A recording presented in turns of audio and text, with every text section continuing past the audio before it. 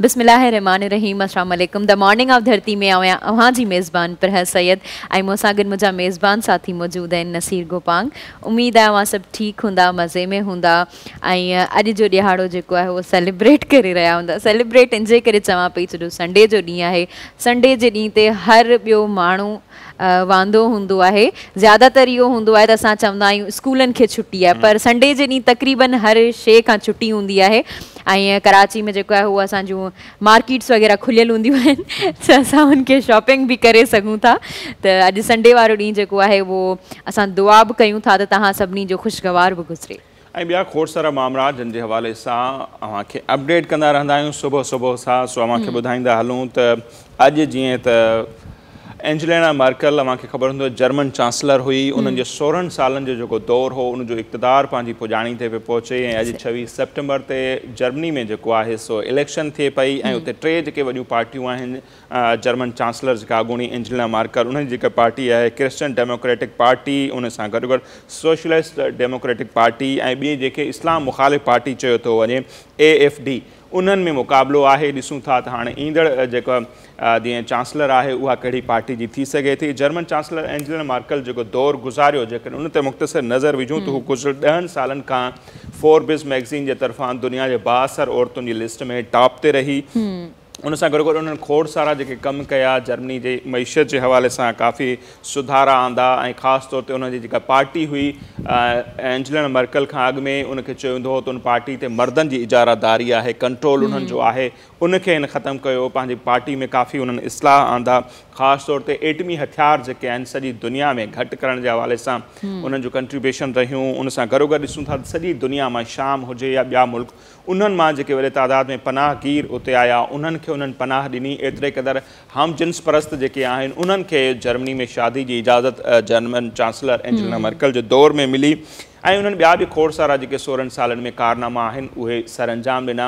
इहा ॿी ॻाल्हि आहे जो गुज़िरियल जेको अमेरिकन सदर हो डोनाल्ड ट्रंप, उन सां उनजी कॾहिं बि न रॻी ऐं बनतण उन्हनि जी हलंदी रहंदी हुई। सो इंतिहाई शानदार दौर गुज़ारियो हिन औरत ऐं उनखे सॼी दुनिया जेको आहे उहो ट्रिब्यूट पेश करे पई। उनजो हिकिड़ो यादगार वाक़ियो तव्हांखे ॿुधाईंदो हलां त उन मां उनजी शख़्सियत जो अंदाज़ो लॻाए सघो था त हिकिड़े कंहिं इंटरव्यू दौरान या TV प्रोग्राम दौरान हिकिड़े एंकर उनखे चयो त मैडम चांसलर ही त साॻियो ई कोट आहे या साॻियो ई सूट आहे जेको अव्हांखे फलाणनि प्रोग्रामनि में बि पहिरियल हो, अॼु बि पहिरियल आहे। त उन ते इंतिहाई ज़बरदस्त जवाबु ॾिनो हुन औरत। उनजो जवाबु इहो हो त आऊं हिन मुल्क जी ख़ादिम आहियां, आऊं का मॉडल न आहियां जो आऊं रोज़ पंहिंजा सूट जेके आहिनि सो चेंज कयां। सो ॾिसो त दुनिया जा जेके हुकुमरान आहिनि, जेकी पंहिंजी क़ौमुनि जे लाइ, जेकी पंहिंजे मुल्कनि जे लाइ सोचनि था, उन्हनि जी सोच छा थी हुजे। ऐं हिते असां वटि आहिनि जेके असांजे ई वोटनि सां अचनि था, कामयाबु थियनि था, उनखां पोइ उन्हनि जे अखियुनि ते कारा चश्मा लॻी वञनि था, बजाए जो मतां कंहिंखे सलाम करिणो पइजी वञे ऐं उन्हनि जी गाॾी जेका आहे हटो बचो जा सायरन वॼाईंदे ज़ुकाट कंदे निकिरी थी वञे। इहे ई माण्हू इलेक्शन जे ॾींहंनि में अचनि था, हथु ॿधनि था, पोइ कोली हुजे, भील हुजे, बागड़ी हुजे, मोची हुजे, सभिनी सां हू मिलनि था, भाकुर पाए मिलनि था, पर वोट वठण खां पोइ हू कंहिंजे लाइ बि को बि माण्हू उन्हनि जे लाइ अहम नथो हुजे। हिकिड़े पासे ही आहिनि, ॿिए पासे ही दुनिया जा हुकुमरान आहिनि जेके चवनि था त असीं अवाम जा ख़ादिम आहियूं, असीं अवाम जा ग़ुलाम आहियूं, असां को मॉडल न आहियूं जो रोज़ानी जी बुनियाद मतिलबु पंहिंजनि कपिड़नि ते, पंहिंजे ठाठ बाट ते एतिरो ख़र्चो कयूं। सो उहो ई सबबु आहे जो ॿी महाभारी जंग में तोड़े जो जर्मनी तबाह थी चुको हो, पर उन्हनि खे क़यादत अहिड़ी मिली जो जर्मनी किथे बीठो आहे उहो अव्हां जे साम्हूं आहे। जो दुनिया जेके बि वॾा वॾा हींअर स्टेक होल्डर्स आहिनि, पावरफुल कंट्रीज़ आहिनि, उन्हनि में जर्मनी जो जेको आहे उहो शुमारु थिए पियो। उते इलेक्शन थिए पई, ॾिसूं था उतां नतीजा छा था अचनि ऐं उन ते बि अव्हांखे ज़रूरु असां आगाह कंदासीं। अच्छा, ये तव्हां इंटरनेशनली ॿुधाई न्यूज़ तां जेका आहे उहा असांजी पाकिस्तान जी न्यूज़ ॿुधाईंदी हलां। जीअं त सभिनी खे ख़बर आहे PhD JST जा जेके आहिनि उहे एग्ज़ाम्स हली रहिया आहिनि। उन्हनि इम्तिहान में हिकिड़ी नई ॻाल्हि आई आहे, साम्हूं उभरी आई आहे जेका हैरत अंगेज़ आहे लिटरली। त असांजे ॿारनि खे साइंस में या इंग्लिश में उनजा जेके एसेज आहिनि या MCQs आहिनि उन में त मुश्किलात थिए ई थी, उहो को इशू न आहे एतिरो वॾो, पर पंहिंजी मदर टंग, पंहिंजी सिंधी लैंग्वेज में जेके एसेज लिखियल आहिनि या MCQs आहिनि उनखे सॉल्व करण में उन्हनि खे इंतिहाई मुश्किलात खे मतिलबु फेस करणो पियो पए। ग्रामर जूं ग़लतियूं काफ़ी, हाँ, ग्रामर जूं ग़लतियूं, पर उन जो रीज़न्स छा आहिनि? बिहाइंड दिस रीज़न्स छा आहिनि। पहिरियां त जेको असांखे ख़बर पए थी, असां जेको फाइंड कयो आहे उहो त इहो आहे त हिकिड़ो त गवर्नमेंट जेको आहे उहो सिंधी लैंग्वेज खे एतिरो ज़्यादा प्रिफरेंस नथी ॾिए। उन खां अलावा जेके असांजा प्राइवेट स्कूल्स आहिनि उनमें सिंधी लैंग्वेज खे बिल्कुलु इराडिकेट कयो आहे, ख़तमु कयो वियो आहे। असांजी सिंधी लैंग्वेज प्राइवेट स्कूल्स में बिल्कुलु पढ़ाई न पई वञे। हिते सॉरी मां तव्हांजी ॻाल्हि खणंदुमि, हिते वालदेन जो बि किरदारु आहे, हू बि उन ॻाल्हि खे माना सम्झनि था त हिन जी त का ज़रूरत कोन्हे, बसि ॿारु ॻाल्हाए थो इहो ई इनफ आहे। उन्हनि खे हाणे इन टेस्ट मां ख़बर पई हूंदी त जेकॾहिं अवां सिंधी ॿोली पंहिंजी जेका मदर लैंग्वेज आहे उनखे नज़रअंदाज़ कयो था त हींअर खां उनजा इहे नतीजा निकिरनि था, सो फ्यूचर में केतिरा भयानक नतीजा उनजा निकिरी सघनि था। अवांजी ॿोली ॼण तव्हां खां ख़तमु पई थिए। सही, बिल्कुलु इहा तव्हां सही था चओ त असांजी ॿोली असां खां ख़तमु थींदी वञे। उहो हिन इम्तिहान में वाज़े साम्हूं अचे पियो त असांजे जेके ॿार आहिनि उन्हनि खे सिंधी में MCQs न पिया अचनि, ग्रामर न पई ख़बर पवे, उनजी करेक्शन करणु न पई अचे, असांखे पढ़णु न पियो अचे सिंधी। उहो ज़्यादातर त प्राइवेट स्कूल्स में जेको आहे असांजी सिंधी खे बिल्कुलु ख़तमु कयो वियो आहे। ऐं असांजा काफ़ी अहिड़ा सिंधी भाइर आहिनि जेको सिंधी ॻाल्हाइण में शर्म था कनि। मूंखे सम्झ नथो अचे उहा शर्मिंदगी कहिड़ी ॻाल्हि जी आहे। सिंध जेका सकाफ़त आहे उहा त चवां थी सदियुनि जी आहे, अलाए केतिरी पुराणी आहे। हिते हूंदे बि तव्हांखे पंहिंजी सकाफ़त खे एक्सेप्ट करण में एतिरी मतिलबु मुश्किलात पेश पई थिए त लिटरली पोइ इहे ई जेके तव्हांजे साम्हूं शयूं ईंदियूं ऐं पोइ जेको आहे असां इम्तिहान में फेल थींदा वेंदासीं ऐं पोइ हर इम्तिहान में फेल थी वेंदासीं। हीअ त PST JST आहे, उन खां पोइ अॻियां जेके इम्तिहान थींदा वेंदा उन्हनि सभिनी में असां जेकॾहिं पंहिंजी लैंग्वेज खे छॾे ॾिनो त असां ईअं ई फेल थींदा वेंदासीं। असां नथा चऊं त हिकिड़ी प्योर सिंधी हुजे, उनमें फ्लैक्सिबिलिटी हुजणु खपे। भले ठीकु आहे असां ॿिए लैंग्वेजिस जा भी जेके वर्ड्स यूज़ करे सघूं था, बट इट डज़ंट मीन कि तव्हां पंहिंजी लैंग्वेज खे बिल्कुलु विसारे छॾियो।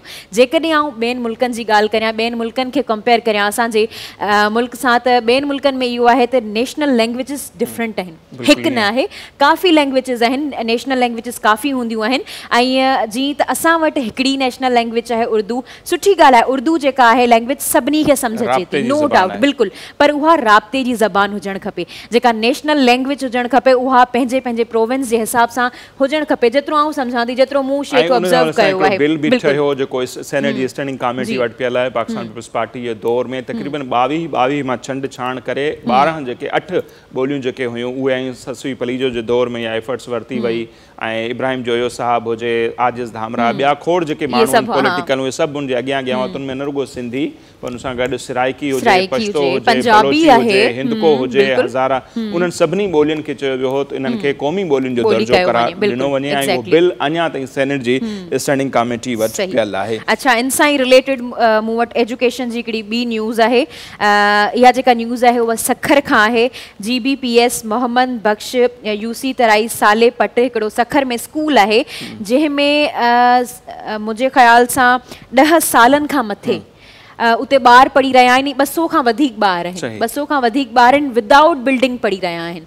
उन्हनि वटि का बि बिल्डिंग न आहे, उहे हिकिड़ो वणनि जी छांव जे हेठां एजुकेशन हासिल करे रहिया आहिनि। ऐं सखर असांजे मतिलबु सिंध जो 3 नंबर वॾो शहर आहे। ऐं उनमें बि एतिरी कोताही, ऐं उहे जेके ॿार आहिनि उहे एतिरा ॿार, क्वांटिटी बि घटि न आहे न, 4-5 ॿार न आहिनि, 200 खां वधीक ॿार जेके आहिनि उहे वणनि जी छांव में तालीम हासिल करे रहिया आहिनि। ऐं जेको फर्नीचर आहे स्कूल जो उहो मुहैया न पियो कयो वञे। त उते जा जेके सोशल एक्टिविस्ट आहिनि, समीउल्ला महर ऐं उनजी जेके पूरी टीम आहे, उन्हनि जी पूरी इहा कोशिशि आहे ऐं उन्हनि जो थोरो घणो कमु बि करायो पियो वञे, उते कमु बि करायो पियो वञे। ऐं उन्हनि जी इहा ई सिंध हुकूमत सां दरख़्वास्त आहे त स्कूलनि खे रिनोवेट करायो वञे, उन्हनि खे ठारायो वञे, छो जो असांजी एजुकेशन अगरि स्ट्रॉन्ग हूंदी त असांजी यूथ स्ट्रॉन्ग हूंदी। बिल्कुलु। ऐं हिते मूंखे ॿुधाईंदा हलूं त सुभाणे वज़ीर आज़म इमरान ख़ान साहिबु कराची जे दौरे ते अची रहिया आहिनि। हिन वक़्तु जेके इतला साम्हूं अचनि पिया उन्हनि में इहो ॿुधाए पियो त वज़ीर आज़म इमरान ख़ान साहब जेके माज़ी में बि जॾहिं ईंदा आहिनि त वॾनि पैकेजिस जो ऐलान त थींदो आहे, पर उन्हनि ते अञा ते अमल केतिरो थियो आहे उहो अव्हांजे साम्हूं आहे। ॿुधायो इहो पियो वञे त सुभाणे जॾहिं ख़ान साहब हिते पहुचंदा त कराची सर्कुलर रेलवे जेको आहे उनजो हू इफ़्तिताह कंदा ऐं न्यू कराची खां ही जेका ट्रेन आहे सर्कुलर रेल उहा हलंदी। ऐं ॿुधायो इहो पियो न त बिजली ते हलंदड़ ट्रेन हूंदी ऐं हिन ते 170 अरब रुपया जेके आहिनि उहे ख़र्च ईंदा। ऐं ही मनसूबो जॾहिं मुकमल थींदो बग़ैर फाटक वारी ही ट्रेन हूंदी छाकाणि त उनजे नतीजे में ॾिठो हूंदो त फाटक खुलियल हूंदी आहे कराची में खोड़ सारा अहिड़ा एंट्री पॉइंट्स आहिनि जिते खोड़ सारा हादसा थियनि पिया सो बग़ैर फाटक वारी बिजली ते हलंदड़ ही ट्रेन हूंदी ऐं ॿुधायो पियो त हिन ट्रेन हलण जे नतीजे में कराची वासियुनि खे सफ़र जो जेके आहिनि उहे बहितरीन सहूलियतूं मिली सघंदियूं ऐं महीने में 3 खां 5 लख जेके माण्हू आहिनि हिन मां फ़ाइदो हासिल करे सघंदा गॾोगॾु ॾींहुं गुज़िरणी पाण ॿुधायोसीं त ग्रीन लाइन बस सर्विस जेका आहे उहा बि अक्टूबर में ई ॿुधाए पियो यानी ईंदड़ महीने खां शुरू थियण वञे पई ऐं 40 जेके शुरूआती तौर ते ग्रीन लाइन मनसूबे जूं बसूं आहिनि उहे बि हिते पहुची चुकियूं आहिनि ऐं गॾोगॾु हिकिड़ी ॿी ज़बरदस्त ख़बर इहा आहे उमेद जी किरण आहे जीअं गुज़िर ॾींहुं असां ॻाल्हायोसीं त न्यूज़ीलैंड खां पोइ इंग्लैंड जी क्रिकेट टीम बि पाकिस्तान जो दौरो मुलतवी करे छॾियो आहे सो अॼु ताईं जी ख़बर इहा आहे त वेस्ट इंडीज़ जी क्रिकेट टीम जो पाकिस्तान जो दौरो रिथियल आहे ऐं उन्हनि अञा ताईं जेको बयानु जारी कयो आहे उन्हनि में इहो ॼाणायो आहे त हू पंहिंजे दौरे ते क़ाइमु आहिनि ऐं हू पाकिस्तान जो दौरो ज़रूरु कंदा हा बाक़ी सिक्योरिटी सां रिलेटेड जेके मसइला आहिनि मामला आहिनि उन्हनि खे वेस्ट इंडीज़ जी जेका गवर्नमेंट आहे उहा बि ॾिसे पई उतां जा इदारा बि ॾिसनि पिया हू पाकिस्तान सां कोऑर्डिनेशन में आहिनि सो उनखे जाचियो पियो वञे सुठी ॻाल्हि इहा हूंदी जेकॾहिं वेस्ट इंडीज़ जी टीम अचे थी पाकिस्तान त उहा जेका हिकिड़ी उमेद टुटी पए त शायदि पाकिस्तान जा जेके ग्राउंड आहिनि उहे वीरान थींदा का बि जेकॾहिं ॿाहिरीं टीम अचे थी त हिकिड़ी होप पैदा थींदी ऐं ॿिया जेके मुल्क आहिनि उन्हनि खे बि हिकिड़ो हौसलो मिलंदो त पाकिस्तान गैर महफ़ूज़ न आहे सेफ कंट्री आहे ऐं हितां जो विज़िट जेको आहे करणु खपे 3 T20 मैचिस थियणा आहिनि वेस्ट इंडीज़ ऐं पाकिस्तान जी क्रिकेट टीमुनि विच में ऐं 3 वनडे मैचिस थियणा आहिनि सो असांजी उमेद इहा आहे त हीउ दौरो जेको आहे उहो ज़रूरु थियणु खपे इन सां पाकिस्तान जा जेके क्रिकेट जा शौक़ीन आहिनि उन्हनि में बि उत्साह पैदा थींदो ऐं दुनिया ताईं असांजो जेको मैसेज आहे उहो बि हिकिड़ो ज़बरदस्त थींदो इंशाल्लाह इनमें कामयाबी हासिल थींदी तव्हां जेकॾहिं पाकिस्तान लाइ हिकिड़ी ख़ुशख़बरी ॿुधाई आहे त आउं बि हिकिड़ो पाकिस्तान लाइ प्राउड मूवमेंट ॿुधायां त जेको असां वटि हींअर थियो आहे असांजो जेको आहे मिस्टर साबिर समी साहब जेके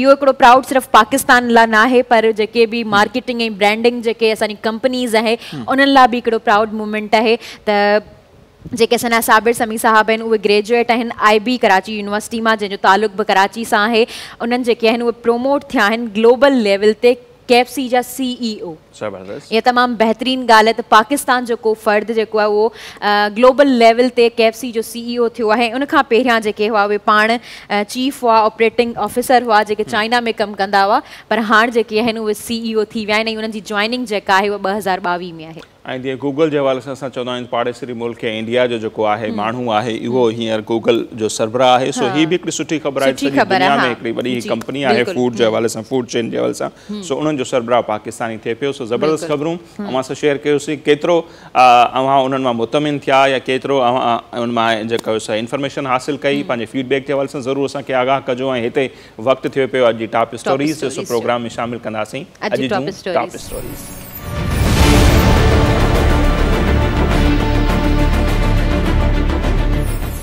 वज़ीर आज़म इमरान ख़ान गडिल क़ौमनि जे जनरल असैम्बली खे वर्चुअल ख़िताब दौरान कश्मीर मसइले अफ़गानिस्तान जी सूरत हाल इस्लाम फोबिया कोरोना माहौलियात ऐं ॿियनि मामरनि ते ॻाल्हि ॿोल कई इमरान ख़ान इन्हनि इल्ज़ामनि जी तरदीद कंदे दुनिया ते वाज़े कयो त तालिबान पाकिस्तान जी मदद सां इक़्तिदार में न आया आहिनि अमरीका जे रवैये में वाज़े तब्दीली वाशिंगटन अफ़गानिस्तान खे इंसानी बहरान खां बचाइण लाइ आलमी तंज़ीमुनि खे पाबंदी मढ़ियल हक़ानी नेटवर्क ऐं ॿियनि तंज़ीमुनि सां गॾु कमु करण जी इजाज़त ॾेई छॾी वज़ीर आज़म इमरान ख़ान तस्लीम कयो त सिर्फ़ु 1 साल अंदरि महांगाई में एतिरी वाधि थी आहे जो गुज़िरियल 20 सालनि जो रिकॉर्ड टुटी वियो छा सिर्फ़ु इहो तस्लीम करण ई काफ़ी आहे महांगाई घटि करण या अवाम खे रिलीफ फ़राहम करण लाइ कहिड़ा क़दम खयां पिया वञनि हुकूमत वटि को जवाब न आहे सऊदी अरब जे क़ौमी ॾिहाड़े जे मौक़े ते तारीख़ में पहिरियों भेरो औरत अहलकारुनि बि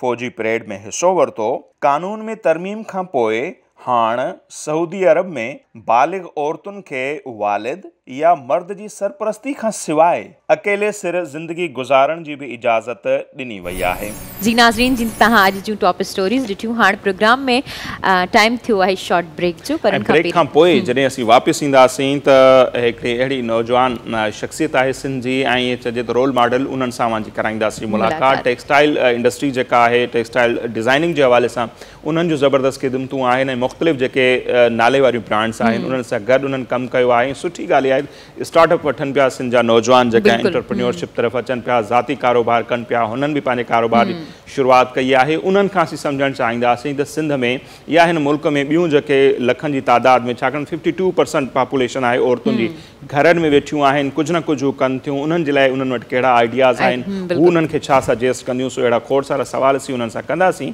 पर मुख़्तसिर ब्रेक खां पोइ असां सां गॾु रहिजो।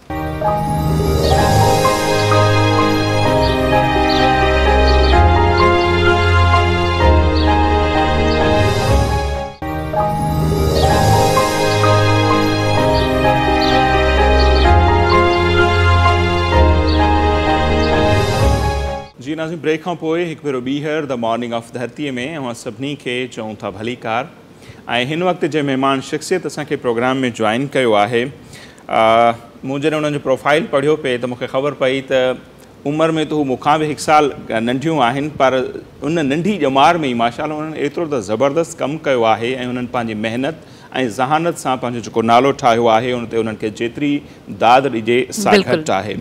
ज़िक्र कजे त पेशे जे लिहाज़ खां पाण टेक्सटाइल डिज़ाइनर आहिनि ऐं फैशन जी दुनिया में उन्हनि जो काफ़ी उन्हनि जिद्दत आंदी आहे ऐं उन्हनि जो नाव आहे ऐं केतिरियूं पाकिस्तान जेके नाले वारियूं ब्रांड आहिनि उन्हनि सां गॾिजी उन्हनि कमु कयो आहे केतिरनि ई एग्ज़िबिशन्स में उन्हनि शिरकत कई आहे ऐं गॾोगॾु पाकिस्तान क्रिकेट बोर्ड PCB उन्हनि जा ज़ाहिर जेके असांजा रांदीगर आहिनि क्रिकेटर उन्हनि जे हवाले सां उन्हनि शर्टूं जेके आहिनि उहे बि तयारु कयूं आहिनि ऐं उन सां गॾोगॾु अव्हांखे ॿुधाईंदा हलूं त हू मुख़्तलिफ़ इदारनि में पढ़ाइनि बि थियूं जीअं Shaheed Allah Bakhsh Soomro art and design and heritage जेका यूनिवर्सिटी आहे उन में बि हू पढ़ाईंदियूं रहियूं आहिनि ऐं अॼुकल्ह हू सिंध यूनिवर्सिटी जो जेको टेक्सटाइल डिज़ाइन वारो जेको डिपार्टमेंट आहे उन में बि पढ़ाइनि थियूं हैदराबाद सां उन्हनि जो तालुक़ु आहे ऐं उन्हनि जी पंहिंजी हिकिड़ी ब्रांड बि आहे उहा कहिड़े नाले सां आहे उहो त असीं उन्हनि खां ई मालूम कंदासीं सो नो डाउट हू शानदार कमु कनि पियूं थियूं सो असांजे हिन प्रोग्राम जो हिकिड़ो मक़सदु इहो बि हूंदो आहे त जेके माण्हू पंहिंजी फील्ड में पाण मञाइनि पिया उन्हनि खे असीं हिते घुरायूं उन्हनि खे मञता ॾियूं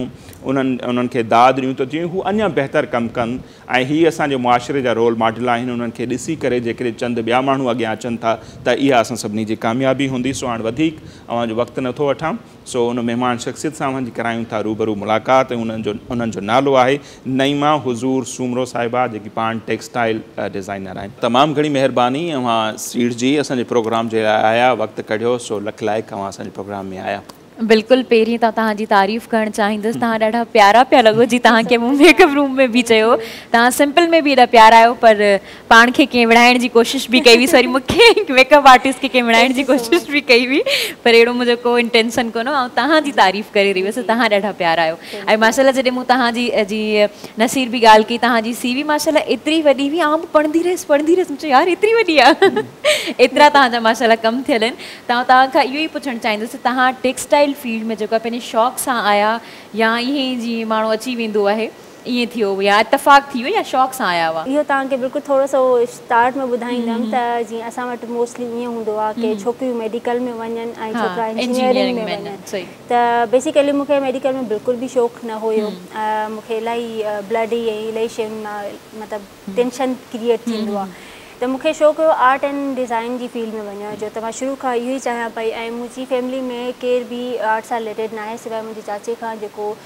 ड्रॉइंग टीचर आहे उन मां थोरी इंस्पिरेशन मिली ऐं उन खां पोइ मां सोचियो त मां आर्ट जी फील्ड में वञा बट अलाह जो शुक्र आहे अलाह साईं चाहियो त मूंखे उन फील्ड में मोकिली जंहिंमें मूंखे शौक़ु हुयो त फाइनली मां टेक्सटाइल डिज़ाइनिंग जे फील्ड में आयसि ऐं मां ॾिठो पहिरियां मूंखे ख़बर न हुई त टेक्सटाइल डिज़ाइन इलाही वास्ट फील्ड आहे ऐं जॾहिं मां पढ़णु शुरू कयो हुयो तॾहिं एतिरो फील्ड जो स्कोप न हुयो असां वटि ऐं ॾिठो वञे त टेक्सटाइल डिज़ाइन जो हाणे इलाही स्कोप आहे ऐं आम माण्हुनि खे इहो ख़बर हूंदा त फैक्ट्रीज़ आहिनि कपिड़ो ठहे थो छा थो थिए सिर्फ़ु ओसि ताईं महदूद न आहे टेक्सटाइल में कपिड़ो बि ठहे थो प्रिंट बि थिए थो इलाही वास्ट फील्ड आहे त चई सघो था थोरो शौक़ु बि हुयो ऐं जॾहिं माण्हू पढ़ंदो वियो उन फील्ड में ऐं थोरो वधीक इंट्रस्ट क्रिएट थियो त उन हिसाब सां बसि फाइनली मां ग्रेजुएशन कई ऐं उन खां पोइ मां सोचे छॾियो हुयो त पंहिंजो कमु ज़रूरु शुरू करिणो आहे त जीअं असां वटि इलाही हुनर आहिनि सिंध में अजरक ठहे थो या सूसी ठहे थी या हथ जो कपिड़ो ठहे थो ऐं हूअं ॾिठो वञे त असांजे सिंध में जेके बि अहिड़ी तरह जी शयूं आहिनि उहे आहिस्ते आहिस्ते ख़तमु बि थींदियूं वञनि छोकिरियूं ख़तमु थियनि छो जो हुन वटि अपॉर्चुनिटीज़ न आहिनि ऐं के रस्ता न आहिनि ठहियलु त उहे किथां अॻियां वञनि या छा थियनि अॼुकल्ह इलाही डिफरेंट ऑर्गनाइज़ेशन्स आहिनि जेके कमु कनि पियूं हिननि जे मथां, बट डिज़ाइनर्स जे हिसाब सां ॾिठो वञे त उन्हनि खे बि कुझु अहिड़ो स्टेप वठणु घुरिजे जेके सिंध जी सकाफ़त ऐं सिंध जो ट्रेडिशन जेको आहे उनखे थोरो अॻियां खणी ऐं उनखे कमु करे वठे। त जीअं त टेक्सटाइल सां रिलेटेड मुंहिंजो आहे टेक्सटाइल डिज़ाइन में ग्रेजुएशन, त मां उन सां रिलेटेड ई सॼियूं इंफॉर्मेशन वग़ैरह कई त कहिड़ी शइ किथे थी ठहे, कहिड़े शहर में थी ठहे, छा थो ठहे, कीअं थो ठहे, सॼो प्रोसेस हूंदो आहे। ऐं खैरपुर शहर में माण्हू विज़िट करे थो, उते ॾिसो था त तव्हां वटि उते इलाही सुठी हथ जी एम्ब्रॉयडरी थिए थी ऐं खेसि ठहे थो असांजो। त इन सां ई रिलेटेड असांजी सकाफ़त में एॾियूं मज़ेदार शयूं आहिनि, कलरफुल शयूं आहिनि जिन खे ॾिसी करे बि अञा वधीक शौक़ु पैदा थियो ऐं थोरो घणो फील्ड में अची करे एक्सपीरियंस गेन कयो, जंहिंसां थोरो सम्झ में अचे त अॻियां असांखे छा करणु घुरिजे, थोरी मार्केट जी नो हाउ थिए, कहिड़ियूं शयूं किथे मिलंदियूं, कहिड़ी होलसेल मार्केट आहे, त ओवरऑल सॼियूं शयूं आहिनि जेके ॾिसणियूं पवंदियूं। इन खां पोइ मां पंहिंजो कमु स्टार्ट कयो। अच्छा, तव्हांजी चयो त जेका आर्ट एंड डिज़ाइन जी फील्ड आहे उहा तमामु वास्ट फील्ड आहे, त उहा आउं थोरो डिटेल में तव्हां खां पुछणु चाहींदसि। असां वटि ज़्यादातर कॉन्सेप्ट इहो आहे त आर्ट्स एंड डिज़ाइन में जेको वेंदो उहो डिज़ाइनिंग करे वेंदो या कपिड़ा छपियल हूंदा या इहे शयूं असांजी हूंदियूं आहिनि। जीअं अगरि इंजीनियरिंग जी ॻाल्हि करें, इंजीनियरिंग जो मक़सदु इहो हूंदो आहे असां वटि त असांजी का शइ ख़राबु थी वञे उहो ठाहे ॾियो, असांजा माना जनरली इहे कॉन्सेप्ट ठहियल हूंदा आहिनि। तीअं आर्ट्स एंड डिज़ाइन जे बारे में बि ठहियल आहिनि, त तव्हां आर्ट्स एंड डिज़ाइन खे चयो वास्ट फील्ड आहे त उहो थोरो एक्सप्लेन कंदा। जीअं आर्ट आहे, आर्ट हिकु अलॻि शइ आहे, आर्ट तव्हां कंहिं बि शइ खे चई सघो था, ऐं जीअं डिज़ाइन आहे त डिज़ाइन में तव्हां पंहिंजी क्रिएटिव शइ ठाहे करे क्रिएट करे सघो था। मसलन जीअं अगरि मां अजरक खणां थी त अजरक हिकिड़ो सदियुनि खां हलंदी थी अचे, उनखे मां कीअं थी यूटिलाइज़ कयां अॻियां, ऐं उनखे कीअं थी क्रिएट कयां अलॻि सां कंहिं शर्ट में या दुपटे में, या उन मां कहिड़ी कुर्ती ठाहियां थी या कोटी ठाहियां थी, उन शइ खे तव्हां डिज़ाइन करे कीअं था खणी वञो, या उन में वधीक तव्हां कीअं प्रिंटिंग जो प्रोसेस करे सघो था। थोरी घणियूं उन जूं जेके शयूं आहिनि थोरी ॿ शयूं डिफरेंट थी थियूं वञनि, त डिज़ाइन एंड आर्ट थोरी मिलंदड़ जुलंदड़ बि शयूं आहिनि ऐं थोरियूं डिफरेंट बि आहिनि। ऐं जीअं तव्हां चयो त इंजीनियरिंग जो मशीनरीज़ जो चयो था, त ईअं ई टेक्सटाइल इंजीनियरिंग बि आहे ऐं टेक्सटाइल डिज़ाइन बि आहे। टेक्सटाइल डिज़ाइन मतिलबु जेका शइ ॿी आहे ऐं इंजीनियरिंग बि शइ। इंजीनियरिंग टेक्सटाइल जो मक़सदु इहो आहे की जेके टेक्सटाइल फैक्ट्रीज़ में मशीनरीज़ थियनि थियूं उन्हनि जे हवाले सां नॉलेज थिए थी। इवन उन्हनि खे इहो बि पढ़ायो वेंदो आहे त कपिड़े में घणा धागा यूज़ थींदा आहिनि ठाहिण में, त थोरो हिकिड़ो इलाही इन डिटेल शइ आहे इन फील्ड में जेका असां पढ़ंदा आहियूं। त थोरो घणो फ़र्क़ु आहे। ऐं डिज़ाइन में सिर्फ़ु असां डिज़ाइन पढ़ंदा आहियूं त शयुनि खे असां कीअं डिज़ाइन करे सघूं था, कीअं क्रिएट करे सघूं था, या एग्ज़िस्टिंग जी जेका शइ हुजे, जीअं हिकिड़ी मोबाइल अचे थी, पहिरां का कंपनी कढे थी त उनखे नयो लुक कीअं ॾियणो आहे, त डिज़ाइन खे बेसिकली ईअं हूंदो आहे। अच्छा नईमा, अव्हां खां इहो बि सम्झणु चाहींदासीं अव्हांजी जेका पंहिंजी ब्रांड आहे उनजो नालो छा आहे, अव्हां जेको आउटलेट आहे हैदराबाद में, कराची में, या ऑनलाइन कमु करे पिया। गॾो गॾु मुंहिंजो ॿियो सुवालु इहो बि हूंदो त जेके तस्वीरूं मूं ॾिठियूं अव्हांजी वेबसाइट ते ऐं जेके पेजिस आहिनि अव्हांजा, उन में मोस्टली मूं ॾिठो त कल्चरल जेके बि असांजो आहिनि अजरक या ॿिया प्रिंट, उन्हनि में अव्हां हिकिड़ी नई जिद्दत आंदी आहे जेका हिकिड़ी सुठी ॻाल्हि आहे। सो इहो कॉन्सेप्ट अव्हांखे कीअं आयो? जीअं त मां शुरू में तव्हांखे ॿुधायो त असांजी सकाफ़त ऐं जेका कल्चर आहे असांजो, उन मां मूंखे इलाही अट्रैक्शन थी ऐं उन्हनि में असां इलाही कलर्स ॾिसूं था, छो न असां पंहिंजी सकाफ़त खे अॻियां वधाए करे ऐं पंहिंजो नालो कमायूं। त उन्हनि कलरफुल शयुनि खे ॾिसी करे ई इलाही इंट्रस्टिंग शयूं ठही सघनि थियूं, जंहिंखे थोरो क्रिएटिव दिमाग़ सां पंहिंजो हर कंहिंजो माइंड हूंदो आहे डिज़ाइन माइंड, जंहिंसां क्रिएट करे सघो था। त आम मायूं त घरनि में वेही करे कमु कनि थियूं, एम्ब्रॉयडरी वग़ैरह ठाहिनि थियूं, पर उन्हनि खे थोरो नयो लुक कीअं ॾिजे, धागा कीअं इस्तेमालु कजनि, कलर नवां कहिड़ा हुजनि ऐं कहिड़े कपिड़े ते ठहियलु हुजे, थोरो डिफरेंट लुक ॾेई करे ओड़े हिसाब सां असांखे सॼी फील्ड में पढ़ायो वेंदो आहे। बेसिकली डिफरेंट कमु कराया वेंदा आहिनि त जीअं असां सिखूं त हिन एग्ज़िस्टिंग शइ खां असां मज़ीद कीअं था वधीक ठाहे सघूं शइ। इन खां अलावा मुंहिंजो जेको बिज़नेस नेम आहे उहो आहे नईमा सूमरो। नईमा सूमरो बेसिकली छो रखियो, छो जो मूंखे पंहिंजी पहचान ठाहिणी पंहिंजे नाले सां गॾु, ऐं मूंखे पंहिंजे फील्ड में रही करे कमु करिणो हुयो। त मां पंहिंजो बिज़नेस स्टार्ट कयो जेको हींअर ताईं त ऑनलाइन आहे, मुंहिंजी वेबसाइट आहे, सोशल मीडिया ते आहे, ऐं इन खां अलावा एग्ज़िबिशन्स कंदी आहियां। आउटलेट कोन्हे को फ़िलहालु ऑनलाइन बेस्ड आहे मुंहिंजो, ऐं जेको मां 2015 में लॉन्च कयो हुयो, ऐं माशाल्लाह सां हाणे 6 साल मतिलबु अक्टूबर में पूरा थींदा हुनखे। अच्छा, चयो वञे थो त कोविड खां पोइ ऑनलाइन जेका मार्केट आहे उहा काफ़ी अप थी आहे, हाई थी आहे, सो ईअं आहे अव्हांजे बिज़नेस ते बि उन जा के मुस्बत असर पिया आहिनि या उनजी डिमांड में वाध थी आहे? जी बिल्कुलु ईअं आहे, छो जो तव्हां ॾिठो त कोविड जे करे माण्हू घटि था निकिरनि, अञा ताईं बि इवन 2 साल गुज़री चुका आहिनि, त इलाही फ़र्क़ु पियो आहे ऑनलाइन मार्केट ते ऐं सेलिंग ते बि इलाही फ़र्क़ु पियो आहे, छो जो माण्हू प्रिफर ई पिया कनि त आउटलेट खां बनिस्बत ऑनलाइन में हुजे।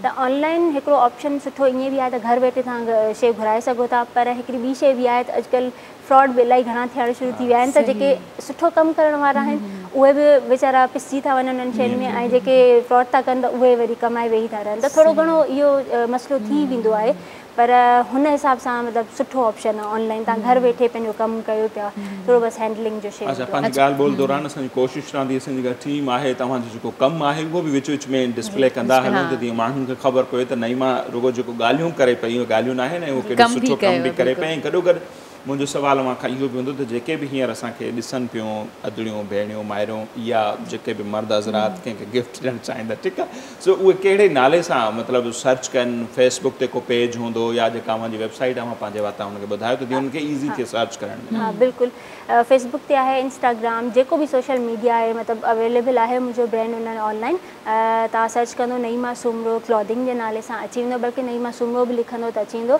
छो जो जीअं त मुंहिंजो नालो आहे त उन हिसाब सां लिखंदो में बि इलाही प्रोफाइल्स अची वञनि, त बहितर इहो आहे कि नईमा सूमरो क्लॉथिंग जे नाले सां सर्च कंदो त अची वेंदो, इवन तव्हां गूगल ते बि लिखंदो त मुंहिंजी वेबसाइट उते अची वेंदी, ऐं तव्हां उन ते बि ॾिसी सघो था, डिफरेंट वैराइटीज़ बि आहिनि ऐं स्टेज बि आहिनि, अनस्टेज बि आहिनि, जेके बि तव्हांखे पसंदि अची सघनि था वठी सघो था। सही, अगरि असां तव्हांजे ड्रेस जी रेट्स जी ॻाल्हि करियूं, छो जो असां वटि ज़्यादातर इहो हूंदो आहे जेको ब्रांड नालो अची वियो त पोइ उहो माना 5-6 हज़ारनि खां घटि त शइ मिलंदी न आहे, त पोइ अगरि तव्हांजे ब्रांड जी ॻाल्हि करियूं त उहो किथां खां शुरू थिए थो?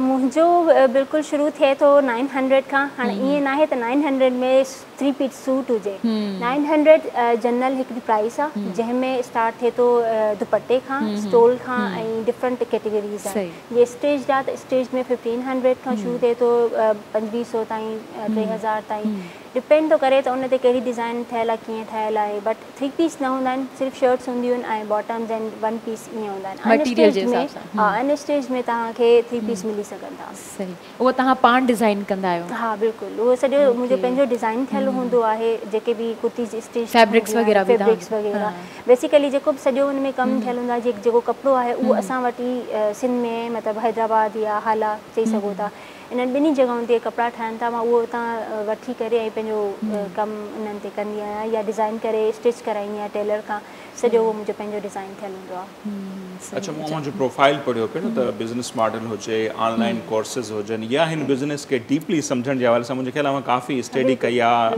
ऐं वॾियूं वॾियूं ब्रांड तीअं कंहिंजा नाला खणजनि न खणजनि, ऐं डोंडो कॉटन एंड कॉटन ॿियनि सां गॾिजी अव्हां कमु बि कयो आहे, त उहो सॼो एक्सपीरियंस जेको आहे अव्हांखे पंहिंजे बिज़नेस खे रन करण में केतिरो मददगार साबित थियो आहे?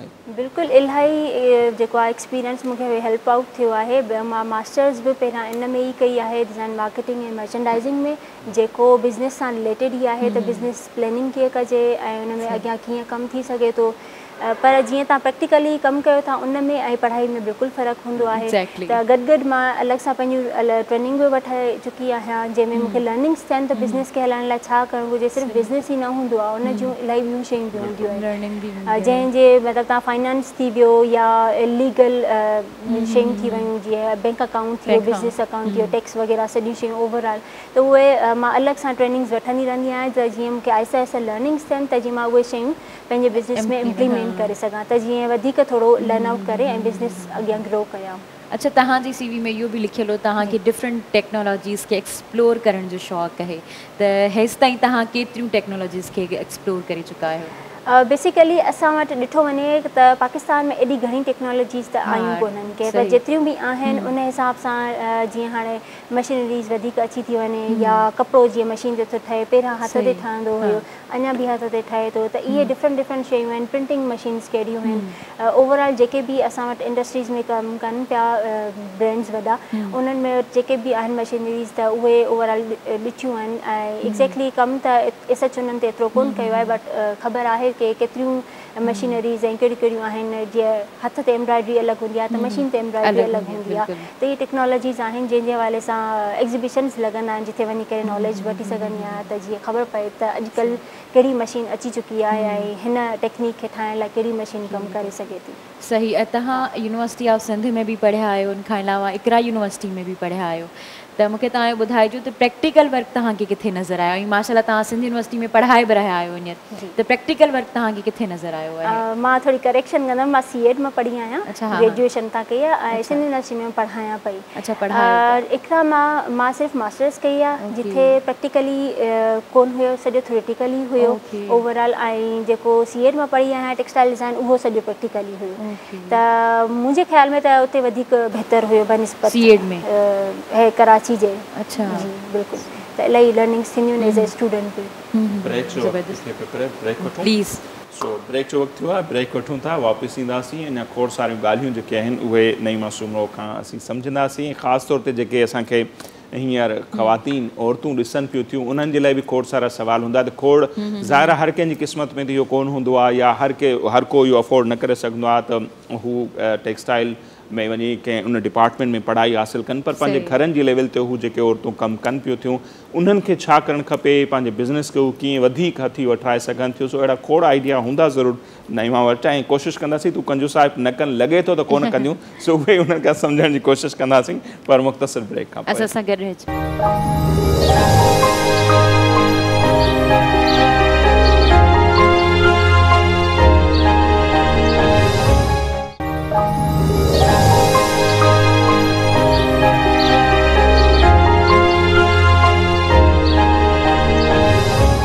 जी नाज़रीन, ब्रेक खां पोइ हिकु भेरो ॿीहर अव्हांखे द मॉर्निंग ऑफ धरती में चऊं था भलीकार। नईमा सूमरो असां सां गॾु मौजूदु आहे, ज़बरदस्त टेक्सटाइल डिज़ाइनर आहिनि। सो जीअं मां ब्रेक ते वञण खां पहिरियां मूं सुवाल कयो त हर औरत हर छोकिरी जो नसीब नाहे हूंदो त टेक्सटाइल डिपार्टमेंट में वञे, उते पढ़े या प्रॉपर हिकिड़ी मार्केटिंग जे हवाले सां के कोर्स वग़ैरह करे। सो उन्हनि खे छा सजेस्ट कंदा जेके बि पंहिंजे घरनि में कमु कनि थियूं, हू उन में जिदत कीअं आणनि, हिकिड़ो इहो अलॻि सुवाल आहे। ऐं उन सां गॾु गॾु हू मार्केटिंग में कमज़ोर हूंदियूं आहिनि, पंहिंजी शइ खे सेल न करे सघंदियूं आहिनि, प्रॉपर उनखे पैसा न मिली सघंदा आहिनि, उनजे लाइ उनखे छा करणु खपे?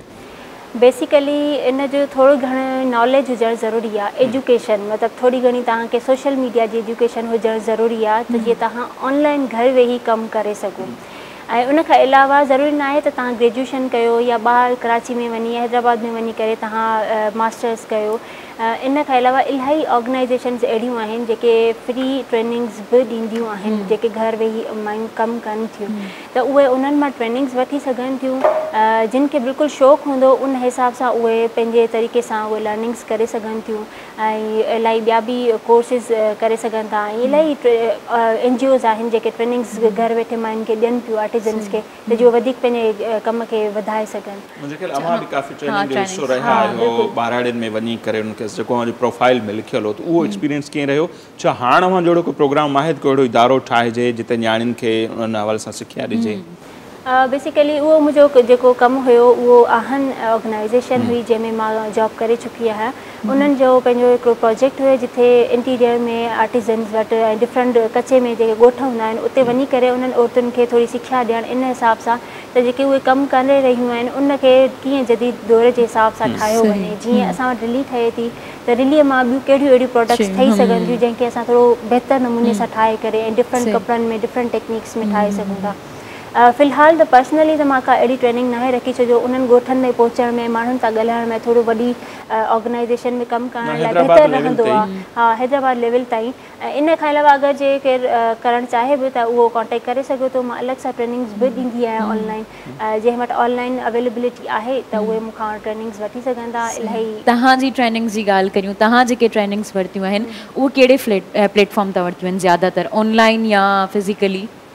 ऑनलाइन बि वरितियूं आहिनि ऐं फिज़िकली बि वरितियूं आहिनि, ॿई वरितियूं आहिनि। जीअं पंहिंजे बिज़नेस सां रिलेटेड ई कुझु फंडिंग जे हवाले सां ट्रेनिंग्स आहिनि, त उहे ऑर्गनाइज़ेशन्स उन्हनि बिज़नेसिस खे, स्मॉल एंटरप्रेन्योर्स खे ट्रेनिंग्स बि ॾींदा आहिनि ऐं पोइ फंडिंग जे हवाले सां बि अॻियां वधण जे लाइ गाइडेंस बि ॾींदा आहिनि।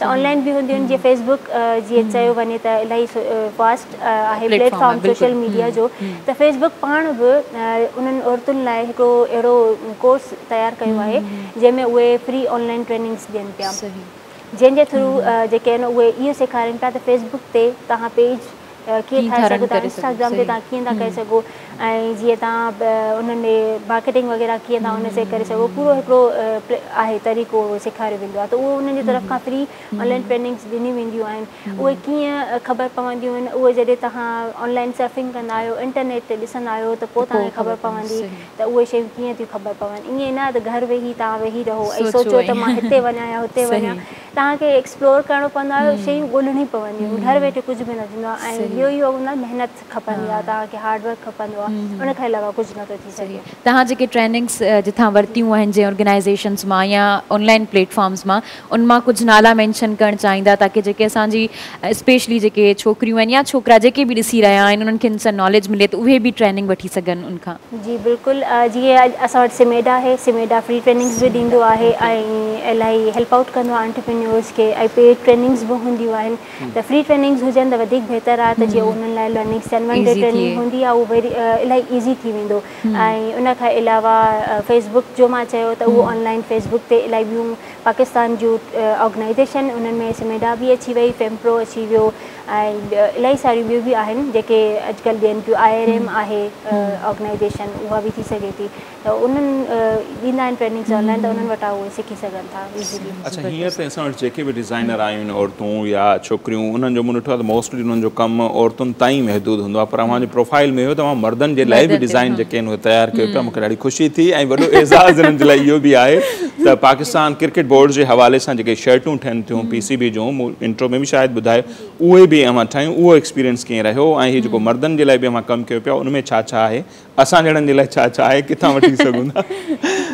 पहिरें त काफ़ी मज़ो वठे पई ऐं सर्च बि कंदी रहंदी हुअमि त मूंखे बि त ख़बर पई त मां ॾिसी सघां थो किथां वठी सघां थो। बिल्कुलु, बेसिकली मुंहिंजो इरादो इहो ई हुयो त मां पहिरियां मेंस वेयर ते ई स्टार्ट कयां, पर जीअं त हूंदो आहे त शुरू में थोरो माण्हू इनकम जनरेट करे, त माइनि वटां इलाही इनकम सेलिंग जी वधीक थी, त बनिस्बत मर्दनि जे, त मर्दनि जी सेलिंग में माइनि जी कपिड़नि में फ़र्क़ु हूंदो आहे, त माइयूं वधीक कपिड़ा वठंदियूं आहिनि बनिस्बत मर्दनि जे। त इनिशियली मां जो मक़सदु इहो आहे त पहिरियां माइनि जो ठाहियो वञे ऐं उनखां पोइ मर्दनि जो। त हाणे मुंहिंजो इरादो आहे त मां मेंस वेयर में बि कयां। ऐं जीअं असां वटि हथ जो कपिड़ो ठहे थो, अॼुकल्ह कंहिंखे न आहे ख़बर, असां वटि हैदराबाद में या हाल में, त उनखे खणी करे मां पंहिंजो अनस्टिच हाणे लॉन्च कंदमि। स्टिच इंशाल्लाह इन फ्यूचर में लॉन्च करे सघां थी, त अगरि तव्हांखे अनस्टिच खपे त तव्हां वठी सघो था। बिल्कुलु, PCB वारो इलाही एक्सपीरियंस सुठो रहियो। मां कॉटन एंड कॉटन में उन्हनि जे लाइ शर्ट्स डिज़ाइन कयूं हुयूं, बेसिकली त कीअं फैब्रिक हुजे या कॉलर जो स्टाइल कीअं हुजे, जीअं क्रिकेटर्स आहिनि उन्हनि जे नालनि जा जेके शुरूआती लफ़्ज़ आहिनि उहो उनजी कफ़ ते लिखी करे कहिड़े हिसाब सां हुजे, उन्हनि जो फ़ॉन्ट कहिड़ो हुजे, त उहो हिकिड़ो इलाही सुठो एक्सपीरियंस रहियो। डायरेक्ट क्रिकेटर सां त कॉन्टेक्ट न थियो, बट जेको हिकिड़ो फेज़ हुयो कमु करण जो, त उहो इलाही बहितरीनु हुयो। सही, मतिलबु तव्हां डिजिटल डिज़ाइनिंग कई? जी बिल्कुलु, डिजिटली उनजी टाइज़ आहिनि, उहे उन्हनि खे सॼा सैंपल ठाहे ॾिना हुया, जेके अॻे फाइनलाइज़ थिया उहे पोइ उन्हनि खे डिज़ाइन करे ॾिना हुया। अच्छा, मूंखे तव्हां ॿुधायो तव्हां डिफरेंट एग्ज़िबिशन्स बि कयूं आहिनि, त कुझु एग्ज़िबिशन्स ॿुधाइजो किथे किथे कयूं आहिनि तव्हां, उनखां अलावा उते कुझु यादगार मूमेंट्स उहे बि असां सां शेयर कजो। जी बिल्कुलु, हीअं ताईं मां माशाअल्लाह सां 8 एग्ज़िबिशन्स करे चुकी आहियां। 2015 में मां लॉन्च कयो बिज़नेस, उनखां अलावा 2016 खां वठी इलाही एग्ज़िबिशन्स कया आहिनि। एग्ज़िबिशन्स करण जो मक़सदु इहो हो त जीअं मां मार्केट में पंहिंजो प्रोडक्ट्स खणी वञा, माण्हुनि खे ख़बर पए त मां प्रोडक्ट्स कहिड़ी ठाहियां थी ऐं मां किथां आई आहियां, किथे रही करे कमु कयां पई। बेसिकली हिकिड़ी पहचान माण्हुनि खे ॿुधाइणी हुई। कराची में मोस्टली मां इलाही एग्ज़िबिशन्स कया आहिनि बनिस्बत हैदराबाद जे। हैदराबाद में इलाही माण्हुनि जी बाइंग पावर थोरो घटि आहे बनिस्बत कराची जे, छो जो कराची इटसेल्फ थोरो मेगा सिटी आहे, त हिते मूंखे वधीक सुठो रिस्पॉन्स मिलंदो आहे। त इलाही सुठो एक्सपीरियंस रहियो, लर्निंग्स थियूं। ज़रूरी न आहे त एग्ज़िबिशन में तव्हां सिर्फ़ु सेलिंग जे लाइ वञो त तव्हांजी प्रोडक्ट सेल थियनि ऐं तव्हां पैसा कमायो। एग्ज़िबिशन्स में वञण जो मक़सदु इहो बि हूंदो आहे त तव्हां हुते माण्हुनि सां मिलो, नेटवर्किंग कयो, कॉन्टेक्ट्स बिल्ड कयो, PR लर्निंग्स थी, तव्हां कस्टमर सां कीअं था कनेक्ट थी सघो, इलाही ॿियूं बि शयूं हूंदियूं आहिनि जेको तव्हां करे सघो था। अच्छा, तव्हांजी सेलिंग इंटरनेशनली थींदी आहे या सिर्फ़ु नेशनल लेवल ते? इंटरनेशनली हाणे मां शुरू कई आहे, फ़िलहाल त नेशनली ते घणो फोकस आहे, बट इंटरनेशनली हाणे थोरो थोरो स्टार्ट कयां पई। अच्छा, तव्हांजो मूं जेको ज़्यादातर वर्क ॾिठो त हर ड्रेस में या त सिंधी भर्त आहे या अजरक जो कॉम्बिनेशन आहे, त इंटरनेशनली मतिलबु जेके माण्हू आहिनि या असांजा सिंधी माण्हू उहे पसंदि कनि था इन शइ खे? जी बिल्कुलु, छो न कंदा। सिंधी माण्हू पंहिंजे अजरक ऐं ट्रेडिशनल कम खे छो न पसंदि कंदा। इलाही थोरो ट्रेडिशनल बि आहे ऐं थोरो कंटेम्पररी स्टाइल बि आहे, थोरो स्टाइलिश बि आहे, स्टाइलिश बि आहे।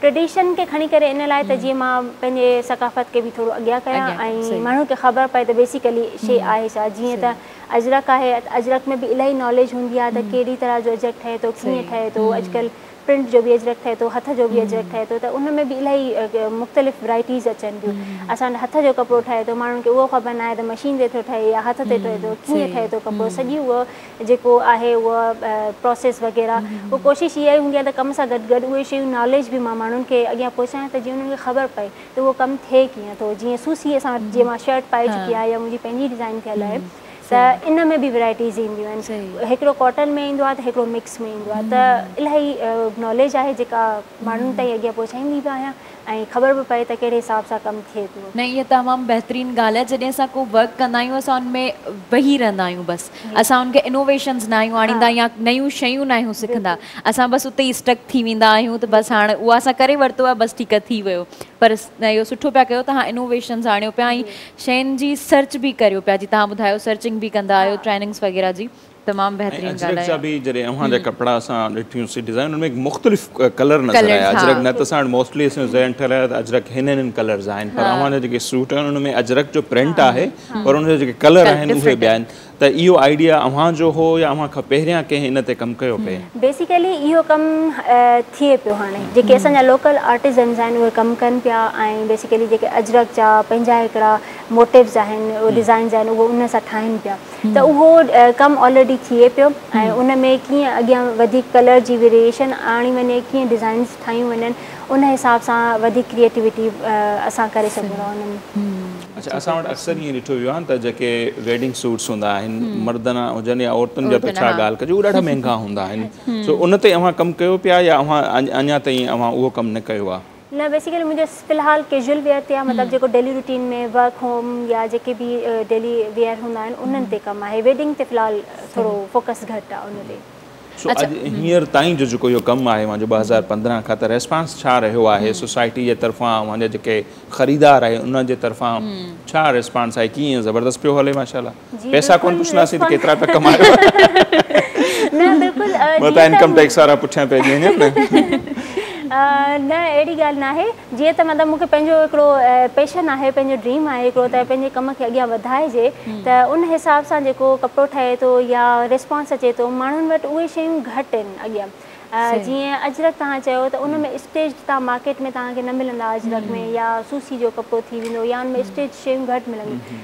ओड़ी ओड़ी शयूं मूं वटि तव्हांखे अवेलेबल मिली सघनि थियूं। त तव्हांखे अगरि स्टेज खपनि त स्टेज मिली वेंदो, अन स्टेज उहे बि अवेलेबल आहे।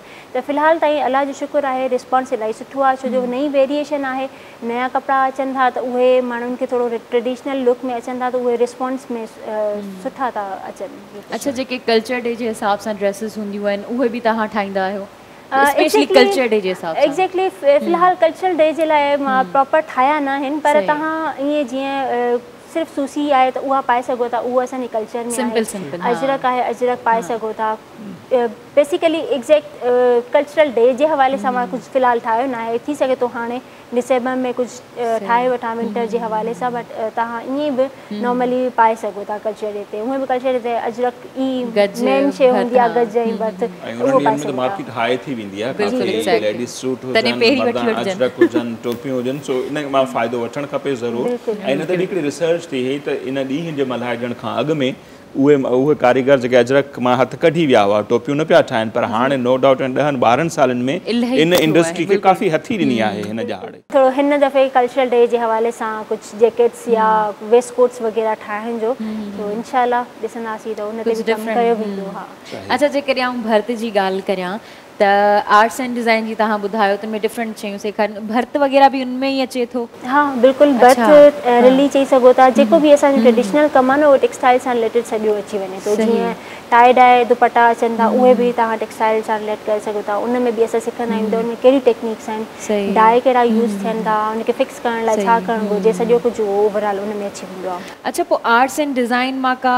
छोकिरी मूंखे नथो लॻे का भर्त वग़ैरह भरींदी हूंदी। मूं त तक़रीबन ॻोठनि में ॾिठो आहे, असांजी जेके ॻोठनि जूं औरतूं आहिनि उहे भर्त भरींदियूं आहिनि, उनखां पोइ ॻोठनि खां पोइ शहरनि में ईंदो आहे। इन जो छा रीज़न आहे? बेसिकली जेके असांजा आर्टिज़न्स आहिनि, जेके असांजी मायूं घरनि में कमु कनि थियूं, उन्हनि जो हिकिड़ो हुनर आहे, शुरू खां उहे हुनर उहो कंदो थी अचनि। टेक्सटाइल डिज़ाइन में इहो न सेखारींदा त बर्थ कीअं थींदो आहे, बेसिकली उन्हनि जी नॉलेज ॾिनी वेंदी आहे त धागा कहिड़े बर्थ में कहिड़ी इस्तेमालु थी सघनि था, या जीअं असां वटि हिकिड़ो प्रॉपर को धागो इस्तेमालु थिए थो कंहिं बर्थ में, त उन में असां ॿियो धागो बि इस्तेमालु करे सघूं था। असांखे अहिड़े तरह जूं लर्निंग्स हूंदियूं आहिनि त उन में अञा घणा वधीक डिज़ाइन ठाहे करे कहिड़ी क्रिएटिविटी करे सघूं था, त असां टेक्सटाइल में उहो ई सिखंदा आहियूं। टेक्निक्स ऐं बेसिकली उहो हूंदी आहे थोड़ी इनोवेशन इंटरवेंशन करण जे लाइ थोड़ी घणी शयूं चेंज करणियूं पवंदियूं डिज़ाइन में। सही, सो तमामु घणी महिरबानी ऐं असांखे त नो डाउट ॾाढो मज़ो आयो, काफ़ी इंफॉर्मेशन असांखे बि मिली, जेके असांजा ॾिसंदड़ आहिनि उन्हनि खे बि मिली हूंदी। अव्हांजो छा तजुर्बो रहियो, कीअं रही असांजी कचहरी अव्हां सां कीअं रही, अव्हांखे मज़ो आयो, सुठो लॻो? बिल्कुलु इलाही मज़ो आयो ऐं इलाही सुठो रहियो। मां इहो ई चाहींदमि त असांजी सिंधियुनि मायुनि वटि या जेके बि सिंधी माण्हू आहिनि उन्हनि खे थोड़ी घणी नॉलेज इंफॉर्मेशन हुजे त तव्हां घर वेही बि कारोबार करे सघो था ऐं घर वेही बि सोशल मीडिया जे थ्रू छा कमाए सघो था। बसि थोरो घणो तव्हांखे थोड़ी घणी एजुकेशन हुजे, लर्निंग्स हुजनि ऐं थोड़ी हार्डवर्क ऐं पेशन हुजे त जीअं तव्हां कमु करे सघो। ऐं इलाही सुठो लॻो मूंखे तव्हां हिते घुरायो ऐं तव्हांजी महिरबानी। मां इहो वधीक मूंखे ख़ुशी थी त मां पंहिंजो कमु अॻियां माण्हुनि खे ॿुधायो ऐं मुंहिंजी इहा ई कोशिशि हूंदी आहे त जेका मां लर्निंग्स कयूं आहिनि त उहे मां ॿियनि खे बि ॿुधायां। ईअं न हूंदो त मां सिखी वरितमि त मां बसि ॿिए कंहिंखे न ॿुधाईंदमि। कोशिशि इहा आहे त ॿियनि खे बि लर्निंग्स ॾिनियूं वञनि त जीअं उहे बि वधीक उन शइ मां सिखी वञनि, गाइडेंस मिली वञे। बेसिकली वेंदे वेंदे इहो बि ॿुधाए वञिजो त असां वटि ज़्यादातर कॉन्सेप्ट ठहियल आहे त असां पैसा हुजनि त असां को स्टार्टअप करे सघूं, त मतिलबु स्टार्टअप लाइ केतिरा पैसा हुजणु खपनि? एक्ज़ैक्टली, इहो तव्हां मेन सवाल तव्हांखे पहिरां पुछणु घुरिजे। सो बेसिकली मुंहिंजो बि पहिरां जॾहिं कमु शुरू कयो मां इहो ई सोचींदी हुअमि त मूं वटि पैसा न आहिनि, मां कीअं शुरू कयां। त ईअं न आहे त तव्हां वटि इलाही करोड़नि में या लखनि में पैसा हुजनि त तव्हां पोइ शुरू कयो, पर तव्हां 10,000 खां बि शुरू करे सघो था। ज़रूरी न आहे त हाणे वॾे पैमाने ते शुरू कयो। मां शुरू में 13,000 खां शुरू कयो, जेका मुंहिंजी जॉब जी थोड़ी घणी जमा पूंजी हुई उन्हनि मां स्टार्ट कयो हुयो। ऐं ईअं न हुयो की मां यकदमि एतिरो वधी वई हुयसि इन लेवल तां। मां आहिस्ता आहिस्ता स्टेप्स सां, जीअं माण्हू ॾाकड़ियूं हिकिड़ो हिकु ॾाको चढ़ंदो आहे, ईअं वधी करे पंहिंजो कमु स्टार्ट कयो आहे।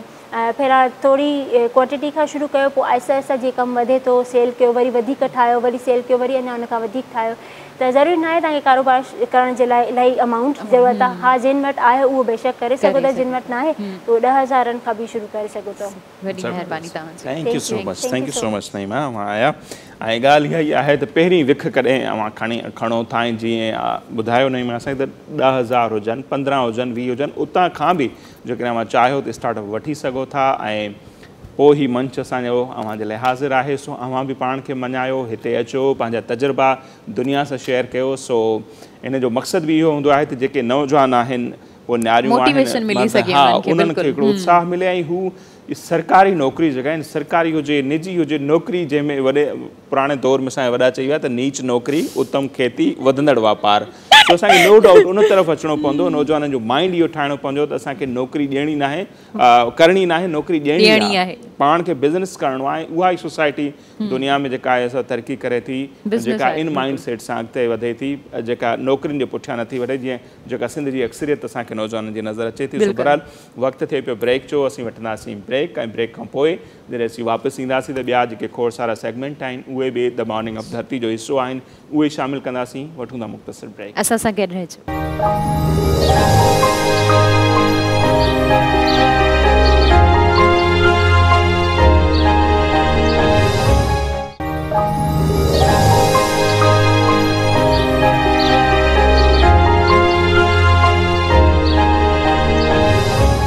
वेलकम बैक नाज़रीन। हाणे प्रोग्राम में वक़्तु थियो आहे सोशल मीडिया राउंडअप जो। ऐं सोशल मीडिया राउंडअप में असां तव्हांखे मुख़्तलिफ़ पिक्चर्स ॾेखारींदा आहियूं, वीडियोज़ ॾेखारींदा आहियूं। ऐं उन पिक्चर्स ऐं वीडियोज़ जो मक़सदु इहो ई हूंदो आहे त तव्हांखे असां आगाह करे सघूं त दुनिया में छा थी रहियो आहे, असांजे मुल्क में छा थी रहियो आहे। कुझु एंटरटेनिंग बि हूंदियूं आहिनि, छो जो मॉर्निंग जो टाइम हूंदो आहे। असांजी पूरी कोशिशि हूंदी आहे त तव्हां बि उन्हनि पिक्चर्स खे ॾिसी करे इंजॉय करे सघो।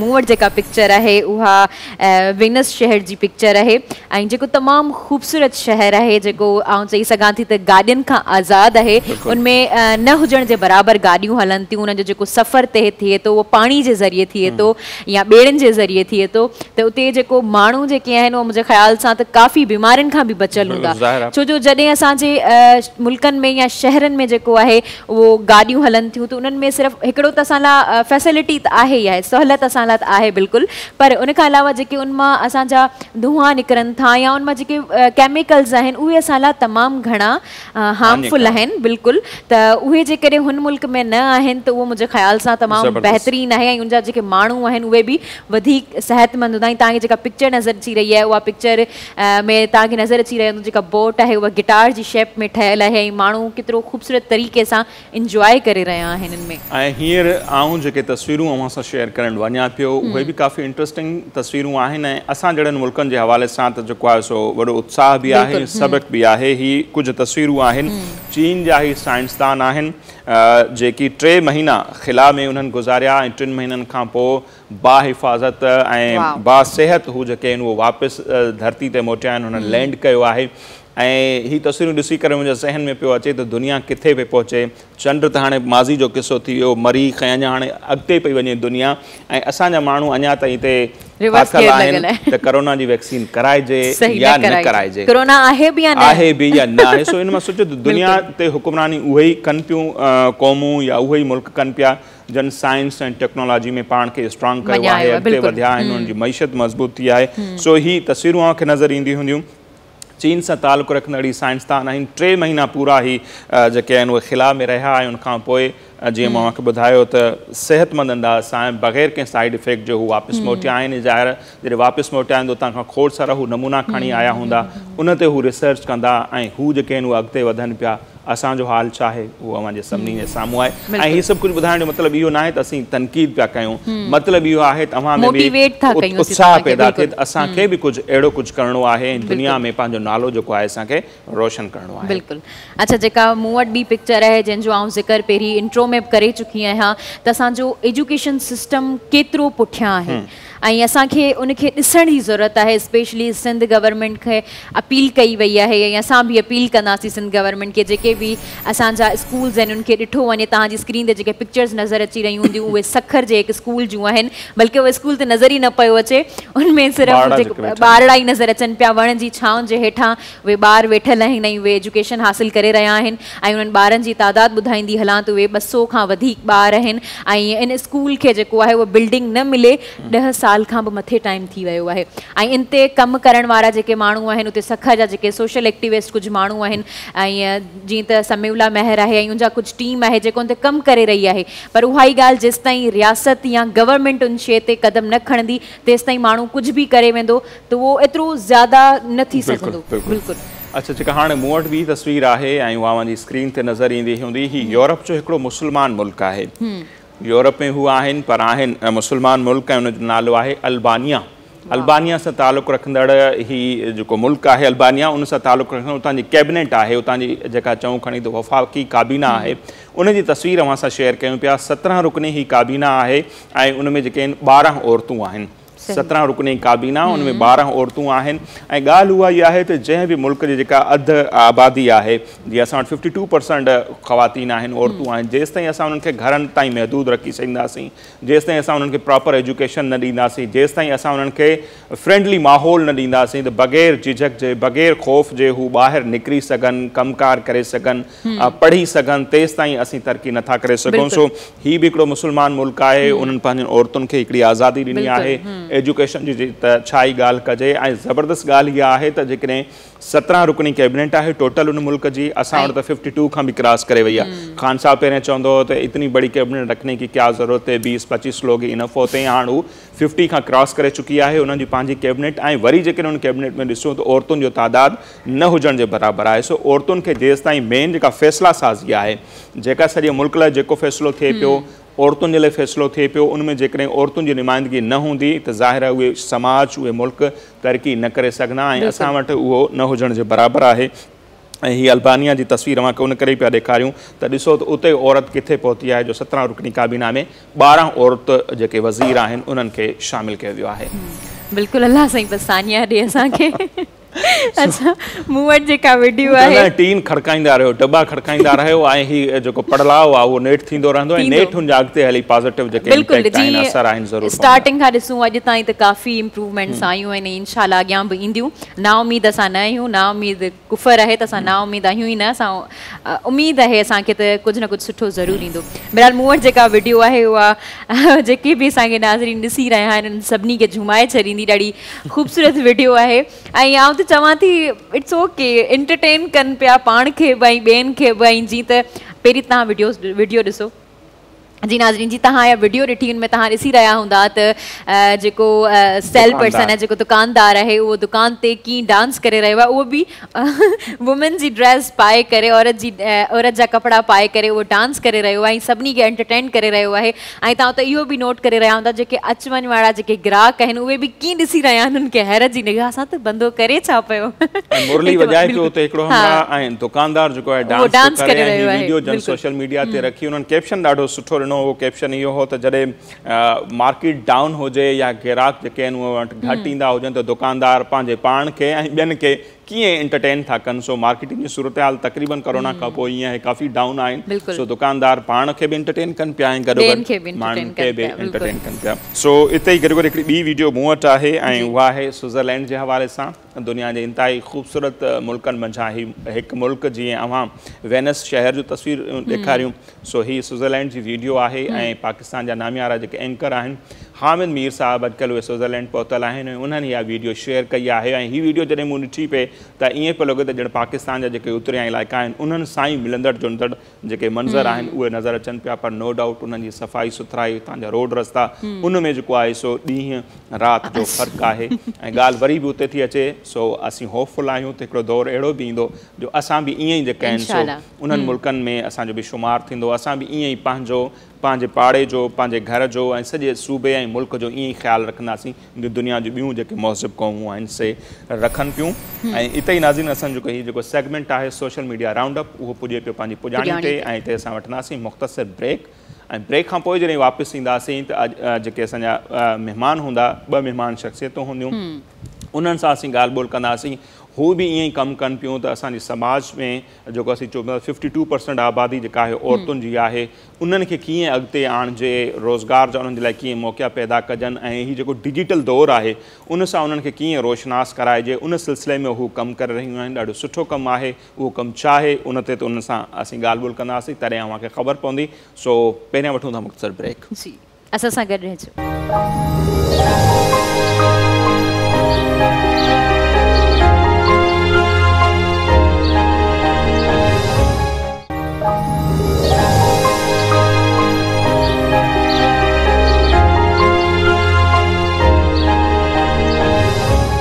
जी ब्रेक खां पोइ हिकु भेरो ॿीहर द मॉर्निंग ऑफ धरती में असां सभिनी खे चऊं था भलीकार। ऐं नाज़रीन उन ॻाल्हि में को बि शक न आहे त असांजे मुआशिरे में जेकी औरतूं आहिनि, न्याणियूं आहिनि, ॿारड़ा आहिनि, उहे खोड़ सारनि मसइलनि खे, मुश्किलातुनि खे मोहजनि पिया। पर तंहिंजे बावजूदि सुठी ॻाल्हि इहा आहे त हू उन्हनि मुश्किलातुनि जे बावजूदि घर में वेही रहण बदिरां कुझु न कुझु कंदियूं रहनि थियूं, हमेशह अॻिते वधनि थियूं ऐं उहे ई असांजे उत्साह जो सबबु आहिनि। ऐं हुननि पंहिंजी फील्ड में पाण खे तमामु घणो मञायो बि आहे। हींअर अॼु असां जंहिं जेके 2 महिमान शख़्सियतूं आहिनि उन्हनि जो कुझु ई देरि में आउं तारुफ़ बि करायां थो, असां मुलाक़ात बि करायां थो। मुख़्तसिरनि अव्हांखे उन्हनि जे हवाले सां ॿुधाईंदो हलां त उन्हनि मां हिकिड़ी तमामु बहितरीनु लेखिका आहे, शाइरा आहे ऐं ॿी बि सुठी लेखिका बि आहे ऐं गॾो गॾु मुख़्तलिफ़ कम्यूनिटीज़ जे हवाले सां दुनिया खे आगाह करण जे हवाले सां उन्हनि जो हिकिड़ो ज़बरदस्त ख़िदमतूं आहिनि।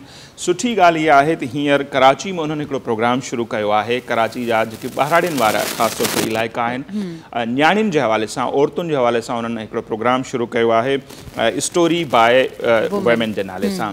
ऐं उन्हनि में हू छा कनि थियूं, न्याणियुनि खे डॉक्यूमेंट्रीज़, फिल्म मेकिंग जे हवाले सां तरबियत ॾियनि थियूं, सेखारीनि थियूं त जीअं हू पंहिंजनि इलाइक़नि जे मसइलनि जी निशानदेही करे सघनि ऐं पंहिंजो जेको नालो आहे उहो मंझराए सघनि। ऐं हिकिड़ो ज़बरदस्त प्रोजेक्ट आहे। सो असां सोचियोसीं त उन्हनि सां ॻाल्हि ॿोल कयूं, हिन जो मक़सदु छा आहे, छा रिस्पॉन्स अचे पियो कम्यूनिटी जे तरफ़ां ऐं अॻिते हली हिन जा नतीजा केतिरा मुस्बत निकिरी सघनि था। सो ही अॼु जो प्रोग्राम असां उन्हनि जे लाइ कयो आहे। सो हाणे उन्हनि जो अवां सां तारुफ़ करायां थो।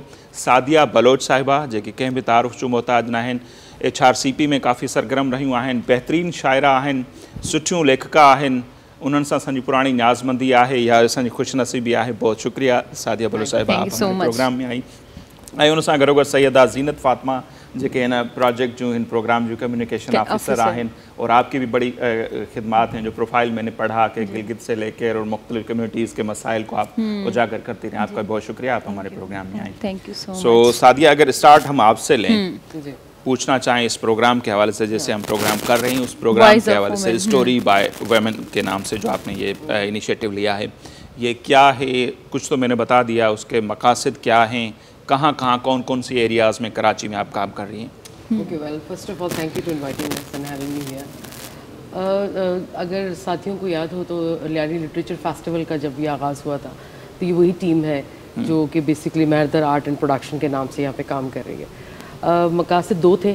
एक ये कि हम जो भी प्रोजेक्ट करें, वह प्रोजेक्ट्स तो बहुत सारे चल रहे होते हैं, इरादा ये था कि कोई ऐसा प्रोजेक्ट हम डिज़ाइन कर सकें जो कि लॉन्ग टर्म में फ़ायदा दे सकें, और उसमें सेंटर हम कर रहे हैं वुमेन को। सवाल ये था कि क्यों हम ये इसको क्यों चुन रहे हैं। तो दो चीज़ें थी, एक तो ये कि आप उसको जदीद चीज़ों के साथ तमाम करें, और कम से कम कौन से रिसोर्सेज हैं जिन पे उनको रिलेट किया जा सके। तो वो था कि आप देखो इस वक्त यूट्यूब या सोशल मीडिया के हवाले से दुनिया कहाँ जाके खड़ी होगी। U don't need the biggest Studios and the equipments and all this, आपको ये सारी सहूलतें मिल रही हैं। इन दो तीन चीज़ों को सामने रखा, और उसके बाद हमने ये डिसाइड किया कि अगर हम डॉक्यूमेंट्री के ऊपर इनको एक बुनियादी स्किल्स सिखा देते हैं, how to handle the camera, how to use audio के क्या सारी टेक्निकलिटीज़ हैं, तो वो फिर कुछ कर सकेंगी। इसमें अगेन जो एक बहुत ख़ास बात है वो ये है कि ये सिर्फ 60 जो सिलेक्शन है हमारा वो 60 का है। उसका हमने क्राइटेरिया बनाया कि एटलीस्ट उनकी कम से कम इंटर एजुकेशन हो और 18 साल से कम ना हो। उन लड़कियों का हमने ये ग्रुप बनाया, और ये सब इलाकों से जब 10-10 चुनेंगे तो आपके पास 60 नंबर आ जाता है लड़कियों का। इन लड़कियों को ट्रेनिंग का एक बहुत बड़ा पैकेज है जो कि 2 फेजेस में 1 और 2 का, तो टोटल 12 डेज ट्रेनिंग प्रोग्राम है, वेरी कॉम्प्रिहेंसिव। उसमें जो इस वक्त डॉक्यूमेंट्री के हवाले से मास्टर ट्रेनर्स हैं या जो लोग बड़ी ग्रुप के साथ काम कर रहे हैं, उन्हीं को हमने इन्वॉल्व किया है। होगा ये कि एक तरफ तो ये 60 बच्चियाँ तैयार होंगी जो एक हुनर सीखेंगी, दूसरी तरफ पे ये 60 बच्चियाँ उन ख़वातीन पे डॉक्यूमेंट्री बनाएंगी, उनको हाईलाइट करेंगी जो अपनी अपनी लोकेलिटी में या अपने अपने फ्रेमवर्क में काम तो कर रही हैं, लेकिन वो अभी इस दुनिया के सामने नहीं आई। तो उसके लिए हम एक टर्मिनोलॉजी भी इस्तेमाल कर रहे हैं, sheroes. So sheroes of your area. Saidabad it's not a छोटा टाउन नहीं है, इट्स बिगेस्ट वन। तो ये यहाँ से, तो इसका मतलब है 2 तरह से कैटेगरी आप निकाल रहे हैं। जो वुमेन एम्पावरमेंट की आप बात कर रहे हैं, तो वो एम्पावरमेंट इस तरह है कि एक कैडर को हम ट्रेन करके अपने रोजगार या अपने उस काम की तरफ लगा देंगे, और दूसरी तरफ इन्हीं से इंटरलिंक करके उन औरतों को सामने आने का मौका मिलेगा, और उस सामने आने से उनको ये फ़ायदा होगा कि उनका जो वो कैनवस है वो बढ़ जाएगा, चाहे वो काम के हवाले से, किसी स्ट्रगल के हवाले से। तो इसलिए मेरा इंटरेस्ट इसमें बहुत ज़्यादा है कि ये मल्टीपल डायरेक्शन में जाएगा, और प्रोजेक्ट्स या फंड्स लिमिटेड होते हैं, वो एक खास मुद्दत के बाद ख़त्म हो जाते हैं। ये वो काम है जिसमें आप एक राह पे डाल देते हो, और अगेन ये प्रोजेक्ट जब ख़त्म हो जाएगा, ज़रा ये सारी बच्चियाँ वो हैं जिनके लिए इतने इतने इक्विपमेंट्स खरीदना बहुत मुश्किल है, तो उसका भी हमने तरीका ये रखा है कि इनके सेंटर्स बनेंगे एरियाज वाइज, और ये इक्विपमेंट वहाँ पर रखे जाएंगे, ताकि ये बच्चियाँ अगेन इस प्रोजेक्ट के बाद भी 1 साल तक अगर इसको यूज़ करना चाहती हैं तो इसी इक्विपमेंट से अपनी डॉक्यूमेंट्रीज बना सकती हैं। अच्छा जी, और एक चीज़ लास्ट की जो है वो मैं ज़रूर बताऊंगी कि इसका फिर एक पूरा प्रोग्राम है स्क्रीनिंग का, वो मेरी साथी आपको बताएंगी, तो वो ज़्यादा इंटरेस्टिंग है। अच्छा, मुझे आप ये बताइएगा कि डॉक्यूमेंट्रीज जो बनाएंगी बच्चियाँ वहाँ पे, वो अपलोड कहाँ की जाएंगी, और डॉक्यूमेंट्रीज को ही चुनने का मतलब क्या रीज़न था कि डॉक्यूमेंट्रीज ही बनाए? जैसे मैंने अभी आपसे कहा ना कि जो नई टेक्नोलॉजी के साथ जितने स्किल्स आपके सामने आ रहे हैं, उसमें डॉक्यूमेंट्री मेकिंग है, अगेन आप उसको यूट्यूब के जरिए बना रहे हो, आप फर्स्ट करें अपना कुकिंग शो करना चाह रहे हैं, तो आपको वो सारे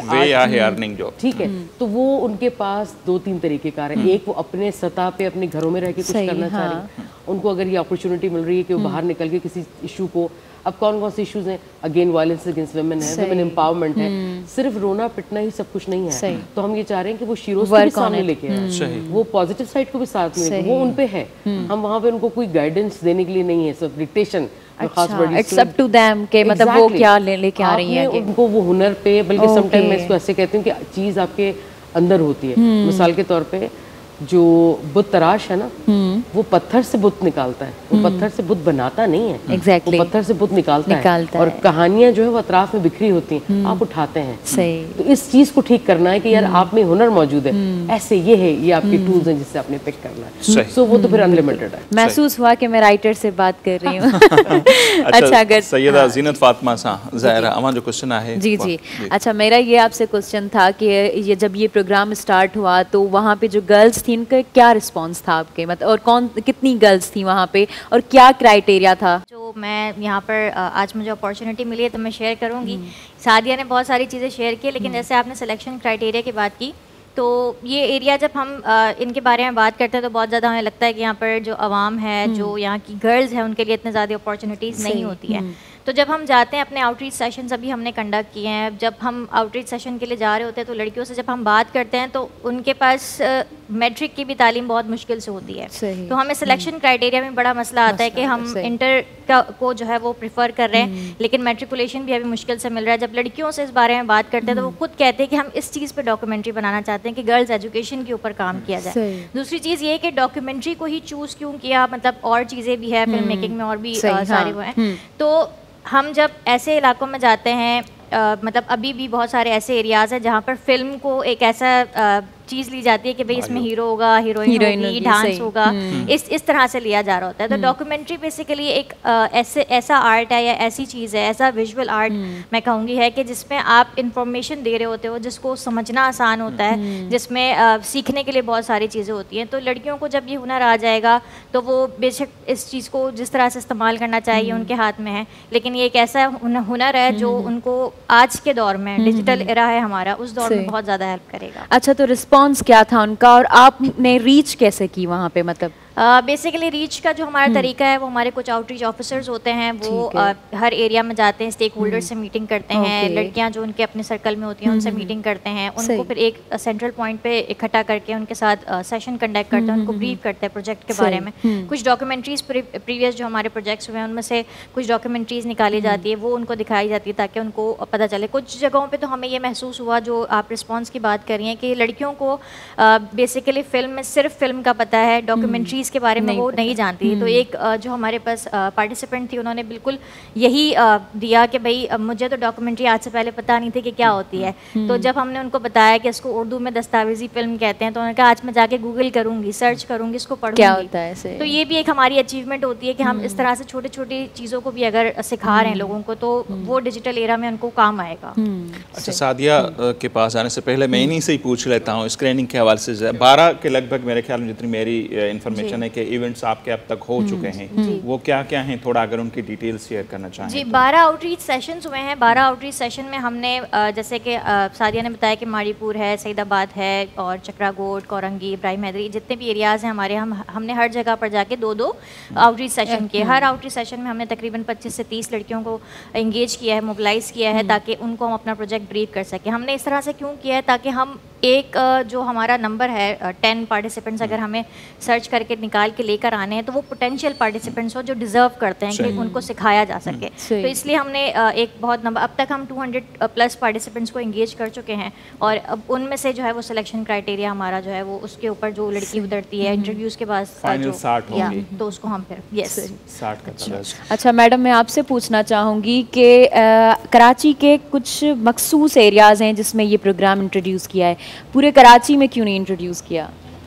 फिर मैंने अपनी बात का आगाज़ इससे किया था कि जब हम लोगों को कोई काम करना होता है तो हम ये कोशिश करते हैं कि जो भी हमारे महदूद वसाइल हैं उसमें ज़्यादा से ज़्यादा आउटपुट निकालने की कोशिश करें। नंबर 1, सही, Karachi is a cosmopolitan city, same as मैं पूरे सिंध को ऐसे ही देखती हूँ कि जहाँ आपको किसी एक एरिया में आप नहीं कह सकते कि दिस एरिया में सिर्फ अपर क्लास रहती है, ऐसा नहीं है। फॉर एग्जाम्पल अगर आप DHA की बात कर रहे हैं तो DHA के अंदर आपको नीलम कॉलोनी मिलेगी, गुलाम रसूल कॉलोनी मिलेगी, तो ये मिक्स एंड मैच पूरा कराची का डिज़ाइन है। अब होता क्या है कि आप उससे अंदाज़ा नहीं लगा सकते कि कौन से ग्रुप ऑफ पीपल हैं जो इनकी अफोर्डिंग है या जिनका सारा ब्रॉटअप पैसा हो रहा है, वो थोड़ा सा हमारे यहाँ एक फिगर सामने आता है। इस डाइवर्सिटी को सामने रखते हुए हमने इन एरियाज़ को चुना था। अच्छा। क्योंकि यहाँ पे फॉर एग्जांपल अगर आप बड़ी यूनिवर्सिटीज़ और प्राइवेट इदारों को पहले, तो वो फिजिकली तो बने हुए हैं, जब खासतौर पे कोरंगी में तो बहुत सारे इदारे यूनिवर्सिटीज़ मौजूद हैं, लेकिन वहाँ के जो रहायशी लोकल हैं उनकी रीच से बाहर है because of the economical situation, first of all. Second, अब मैं सईदाबाद की, माड़ीपुर की, इन इलाकों की अगर मैं बात करूँ तो वहाँ कौन सी यूनिवर्सिटी है? Everyone comes to the mid downtown की तरफ उनको आना पड़ता है। इन चीज़ों से भी कतई नज़र बात यह है कि वहाँ जो आम रहने वाला है उसका जरिए आमदन उसको कितना दे रहा है, और फिर बाप जो कमा रहा है घर का बड़ा सरबराह, चाहे माँ भी कमा रही है, तो उन दोनों सूरतों में, क्योंकि यहाँ पे इंडस्ट्रीज हैं और वहाँ औरतें ज़्यादा घर की हेड हैं जो कमा रही हैं, उन दोनों सूरतों में उनके पास इन्वेस्टमेंट के लिए बेटे और बेटी में डिफरेंस आ जाता है।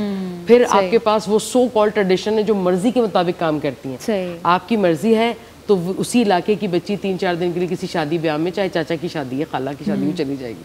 आप जब उससे कहें कि जी पढ़ने के लिए भेज दो, जी हम तो लड़कियों को नहीं पढ़ाते। तो ये मैं इसलिए मैंने कहा मर्जी की जो ट्रेडिशंस है उन सब का इन्फ्लुएंस है। अब उससे आपने टकराना नहीं है, आपने एक वो कहते हैं ना बड़ी लकीर को छोटा कैसे करेंगे, उसके आगे आप एक उससे बड़ी लकीर खड़ी करते हैं। तो हम एक नो डाउट कि ये ख्वाहिश या उन सब का राइट है कि उनको ऐसी अपॉर्चुनिटीज़ मिले, बट ये स्टेट के काम है। सही। ये जो सोशल सेक्टर होता है इस पे बहुत से एतराज़ात हैं, उनमें कुछ सही भी हो सकता है, मैं ये नहीं कह रही हूँ कि कोई दूध के धुले लोग हैं, लेकिन वो जो छोटा मोटा रोल प्ले हो रहा है वो इसलिए है ताकि रियासत को भी सहारा मिले मॉडल डिजाइन करने में। हम पूरी रिस्पॉन्सिबिलिटी ना लेते हैं, ना लेनी चाहिए।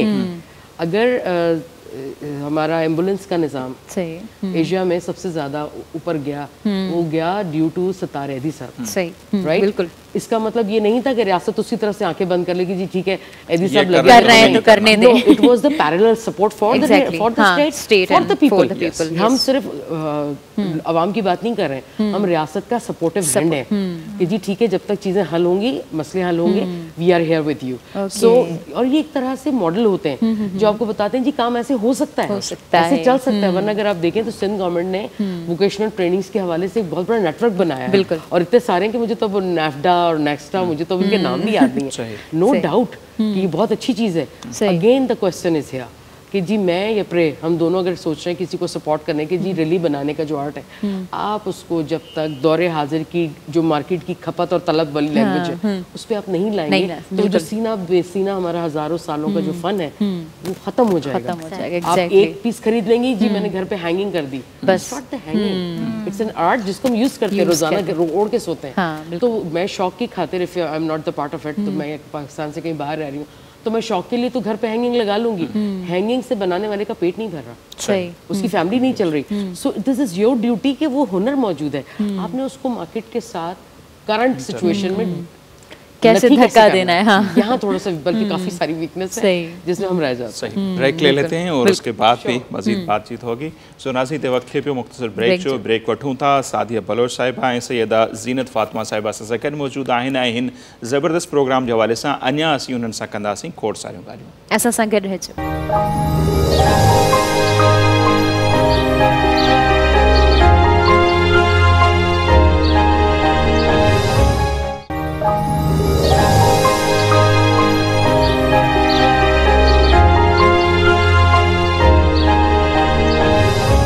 जी नाज़रीन, ब्रेक खां पोइ हिकु ॿीहर अव्हांखे चऊं था भलीकार ऐं असांजी ॻाल्हि ॿोल जो सिलसिलो हलो पियो। ऐं आपसे अगर मैं जानना चाहूँ, जैसे कहा कि 60 लड़कियों के आपने सिलेक्शन भी कर दी वगैरह, टोटल कितनी डॉक्यूमेंट्रीज बनेंगी और स्क्रीनिंग के हवाले से क्या उसका प्रोसीजर होगा? सब कराची में ही होगा या बाहर भी होगा? कुछ हम ये भी सुन रहे हैं कि 8 मार्च को कोई बड़ा इवेंट भी होगा आपकी तरफ से। कुछ खबरें हम भी रखते हैं अंदर की ना। जर्नलिस्ट जो थे ठहरे छोटे ही सही। ये 8 मार्च वाली जो कहानी है वो सारी आप सादिया से डिस्कस करें। मैं आपको थोड़ा सा डिस्कस कर देती हूँ इस चीज़ के हवाले से कि 60 खवातीन हैं, 60 लड़कियाँ हैं, तो इन सब के साथ हम किस तरह से काम कर रहे होंगे कि हम इनको ग्रुप में डिवाइड कर रहे होंगे। हर इलाके की एक टीम बन रही होगी। जैसे अगर 10 पार्टिसिपेंट मैंने माड़ीपुर से लिए हैं और 10 सईदाबाद से लिए हैं, तो उनके 2-2 ग्रुप्स बन रहे होंगे, 5-5 का एक ग्रुप बन रहा होगा। फिर ये 5-5 का जो ग्रुप होगा ये अपने एरियाज़ में जाएगा, वहाँ जाके रिसर्च करेगा, वहाँ से स्टोरीज निकाल के लेकर आएगा कि भाई फला गली में फला खातून रहती हैं, उन्होंने ये काम किया है और इस तरह से उनकी एक सक्सेस स्टोरी है, तो उसको अब जो है वो डॉक्यूमेंट्री की शक्ल में लेकर आना है। फिर वो वापस जब आएंगे तो हमारे जो ट्रेनर्स हमारे पास मौजूद होंगे वो उनकी स्टोरी लाइन में हेल्प करेंगे, उनको सिखाएंगे कि किस तरह से स्क्रिप्ट लिखा जाता है, किस तरह से डॉक्यूमेंट्री को फॉर्म किया जाता है। तो फिर उसके ऊपर बाकायदा से काम शुरू होगा और फिर जब वो सारी डॉक्यूमेंट्रीज तैयार हो जाएंगी तो फिर हमारे पास टोटल 12 जो डॉक्यूमेंट्रीज़ है वो रेडी हो जाएंगी। जब 12 डॉक्यूमेंट्रीज रेडी हो जाएंगी तो हर इलाके में हम जाकर वो डॉक्यूमेंट्रीज दिखाएंगे। वो जो 6 टारगेटेड एरियाज़ हैं उन्हीं में जाके हम लोगों को वो डॉक्यूमेंट्रीज दिखा रहे होंगे। उस डॉक्यूमेंट्री का मज़ीद हम ये भी करेंगे कि उसकी ग्रैंड स्क्रीनिंग होगी।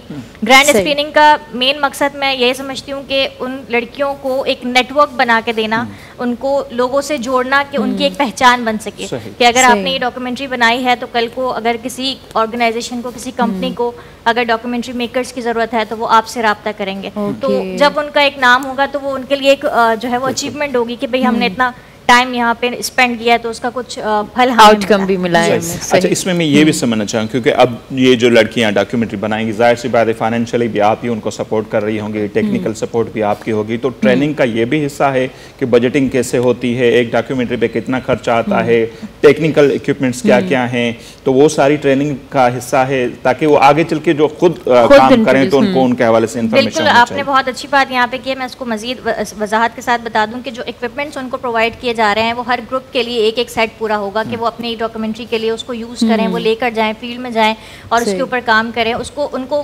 प्रैक्टिकल जब तक नहीं होगा तब तक वो उस तरह से काम नहीं कर सकते। तो वो सारी चीज़ें उनको प्रोवाइड की जाएंगी और फिर उसके बाद ये भी होगा, जैसे सादिया ने बताया था कि ऑर्गेनाइजेशन फॉर्म होगी तो वो इक्विपमेंट्स उनको दे दिए जाएंगे। कुछ टाइम तक वो सारे इक्विपमेंट्स जो 12 के 12 सेट हैं वो उनके पास होंगे और वो उनसे काम करेंगे, डॉक्यूमेंट्रीज बनाकर लेकर आएंगे। तो उसमें बिल्कुल यही बात है कि जब वो फील्ड में जाएंगी, जब प्रोफेशनल लाइफ में जाएंगी तो उनको पता होना चाहिए कि बजटिंग किस तरह से होती है, रिसर्च किस तरह से होती है। ये सारी चीज़ें भी उनको हमारी ट्रेनिंग में सिखाया जाएगा। तो जो 12 दिन की ट्रेनिंग है वो इंशाल्लाह इन सारी चीज़ों को कवर करते हुए उनको एक प्रोफेशनल के जो उस पर अहदे पे ना वो उस पर लाने की कोशिश कर रहे हैं कि वो ताकि अच्छे से इस फील्ड में काम कर सके। और जो एक मिथ है ना कि लड़कियाँ फिल्म मेकिंग नहीं कर सकती, लड़कियाँ डॉक्यूमेंट्री मेकिंग नहीं कर सकती, तो उस मिथ को भी कहीं ना कहीं हमने जो है ना वो काउंटर करना है कि हर चीज़ जो है वो सिर्फ कल्चरली हमने बाउंड कर दिया है लोगों को। ये कल्चरली जो हमारे पास एक बाउंड्री बनी हुई है उसको थोड़ा सा स्टॉप करें और लड़कियों को भी मौका मिले कि यारी सही। कामरेड वाहिद बलोच साहब की जो है बच्ची है उन्होंने जो काम किया है वो भी किसी से कम नहीं है, शानदार काम किया है। अच्छा, मुख्तसर में ये भी समझना चाहूँगी, टोटल आपने बता दिया कि कितनी डॉक्यूमेंट्रीज वगैरह होंगी,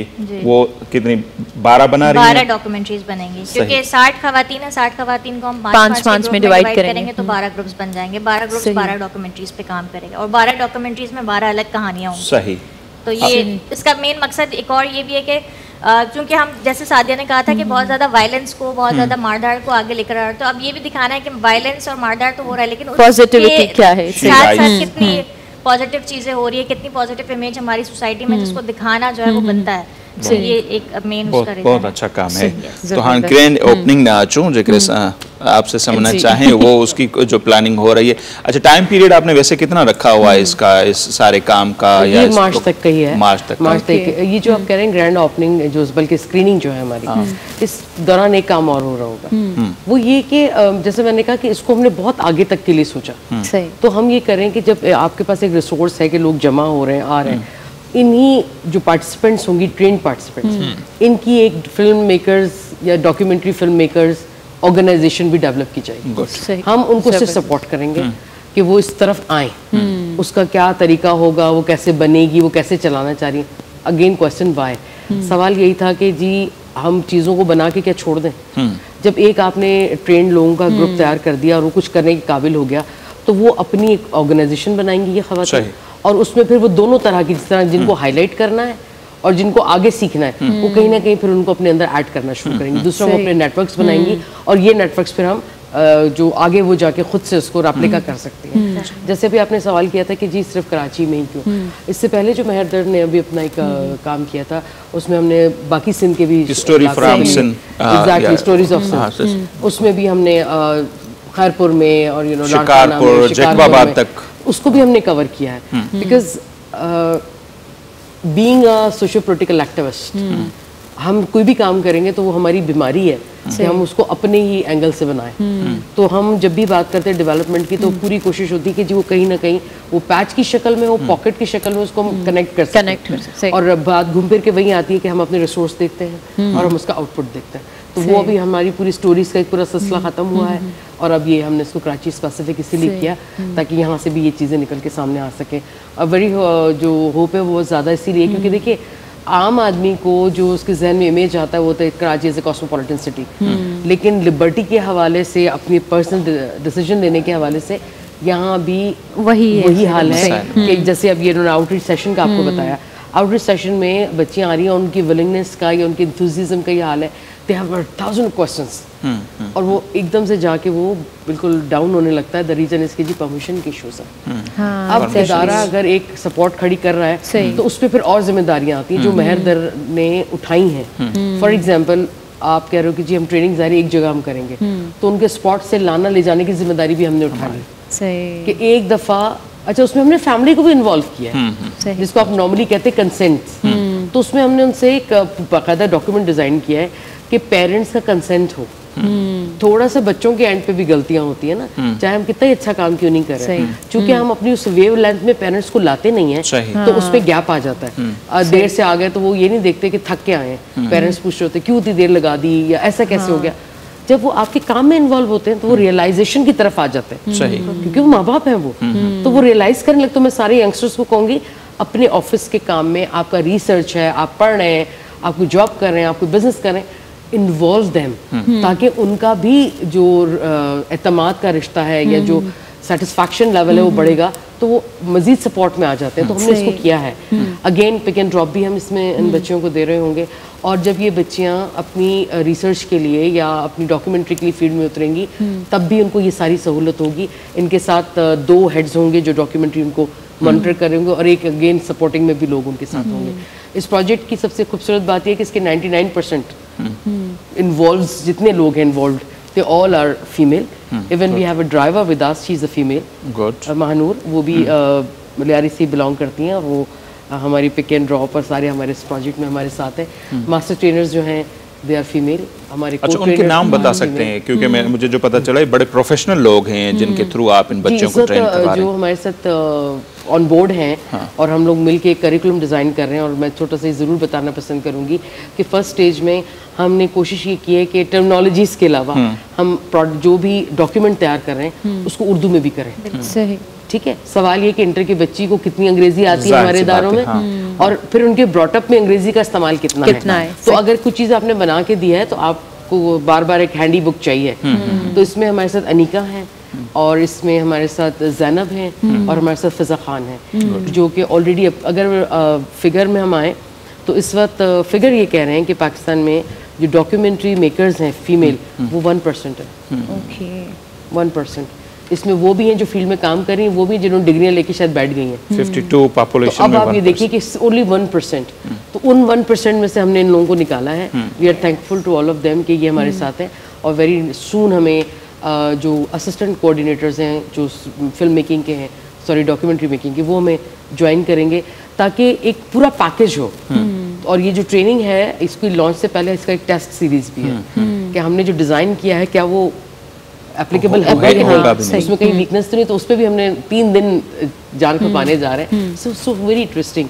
और जहाँ तक सवाल है कि हम उनको टचअप तो दे रहे हैं कि ये मौजू है, शीरोज़ को हाईलाइट करें, लेकिन हमने उनको बहुत हद तक फ्री छोड़ा है क्योंकि यही तो है ना कि वो करना क्या चाह रही है। अब हर जगह आप डिक्टेशन नहीं दे रहे, we are not in dictation mood, we are in supporting end. ये सही है। सो होपफुली कि ये बहुत इंटरेस्टिंग होगा ताकि वो खुद अपने इनोवेटिव आइडियाज लेके आए, खुद इनोवेशंस करें। एग्जैक्टली। और जो ग्रैंड आपने बात की थी स्क्रीनिंग की, वो हमारा इरादा यही है कि हम किसी ऐसे स्पॉट पे करें जो सेंट्रल हो, बड़ी इसको कवरेज करता हो, ताकि हम उन रेलेवेंट लोगों को दिखा सकें कि भाई ये रहे कुछ लोग तैयार हुए हैं और ये लड़कियां तैयार हुई हैं। So use them, involve them and push them.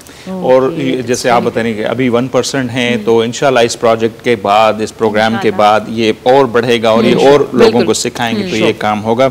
अच्छा, मुख्तसरन आपसे ये भी सुनना चाहूँगी, ये जो इलाके हैं, वैसे कहा जाता है कि बहुत फैसिलिटीज़ नहीं है, पीछे पड़े हुए इलाके, तो टैलेंट कितना है यहाँ पे? हमने तो उन इलाकों के जैसे ना नज़रअंदाज ही कर दिया है। तो आपने जब बच्चियाँ सिलेक्ट की होंगी तो कितना बड़ा टैलेंट मिला है और आपके इस प्रोजेक्ट से उन लड़कियों में कितना उत्साह पैदा हुआ है? हिम्मत इसके कितनी बारे बड़ी में है भी हाँ बिल्कुल ये चीज़ हमने देखी जब एक तो ये कि जब हम जा रहे होते हैं तो हमारे आउटरीच ऑफिसर्स होते हैं, ड्राइवर होते हैं, हम सब जा रहे होते हैं तो हम उस इलाके को देख भी रहे होते हैं कि किस तरह से वहाँ पे लोग रह रहे हैं गलियों में और जिस तरह के माहौल है। लेकिन जब हम वहाँ जाते हैं, लड़कियों से बात करते हैं तो वहाँ देखते हैं कि वो ऑलरेडी बहुत सारे ऐसे काम कर रही हैं, बहुत सारी ऐसी चीज़ कर रही हैं, कोई घर में खुद ही कढ़ाई कर रही है, कोई घर में खुद ही सिलाई करती है, इस तरह की चीज़ें। लेकिन पहली दफ़ा उनके लिए ऐसी कोई चीज़ आ रही है तो उनका जो इंटरेस्ट लेवल है वो बहुत ज़्यादा हाई है। इसको यूँ भी देख सकते हैं कि जब हम अभी रिसेंटली माड़ीपुर में एक आउटरीच अपनी करके आए हैं तो आउटरीच के बाद हमें बाकायदा ईमेल्स रिसीव हुई हैं लड़कियों के पास से और बाकायदा हमें व्हाट्सएप पे मैसेज आए हैं कि हम आज वो अटेंड नहीं कर सके, आप दोबारा से हमारे पास आएँ और हमें फॉर्म दें, हम जो है वो इसमें पार्टिसिपेट करना चाहते हैं, इंटरव्यू में हमें जो है वो सिलेक्ट कर लें। तो इस तरह की चीज़ें हमारे पास आ रही हैं बहुत ज़्यादा। फिर अभी हमने रिसेंटली स्टेक होल्डर्स के साथ जब इवेंट किया तो स्टेक होल्डर्स खुद ये चीज़ जो है वो रियलाइज़ कर रहे थे कि कितनी बड़ी लैकिंग है। जैसे सादिया ने कहा कि 1% जो है वो film makers women film makers हमारे पास हैं, तो उस चीज़ को केटर करने के लिए, उस चीज़ को काउंटर करने के लिए हम लोग देखते हैं तो लड़कियों का इंटरेस्ट लेवल तो बहुत ज़्यादा है, बस अपॉर्चुनिटीज़ की कमी है जहाँ पर वो आएँ और खुद को मनवा सकें। तो ये चीज़ उसको माशाल्लाह हासिल करने की कोशिश करेंगे। बहुत शुक्रिया सैयदा ज़ीनत फातिमा साहिबा। हमारी तो बड़ी ख्वाहिश थी कि सादिया आई है तो उनसे कुछ सुने, लेकिन नहीं सुना रही। इट्स ओके, उनकी खुशी हमारी खुशी। तो जाते जाते और कुछ कोई मैसेज, कोई पैगाम हमारी कम्युनिटी के लिए, या वो जो वालिदैन अब तक सोच रहे हैं कि हम अपनी बच्ची को इजाज़त दें इस काम के लिए या ना दें, ये भी तो बड़े मसाइल होते हैं, उनके लिए कुछ कहना चाहिए, जनरल कुछ कहना चाहें तो? दो बातें मैं ज़रूर कहूँगी। ऑस्ट्रेलिया जब हम सिंध को देखते हैं ना, हाँ, जहाँ से हमें मालूम है, तो मुझे अफसोस इस चीज़ का कि हमें रिवर्स गियर लगे। सही, ये अलमिया है हमारा।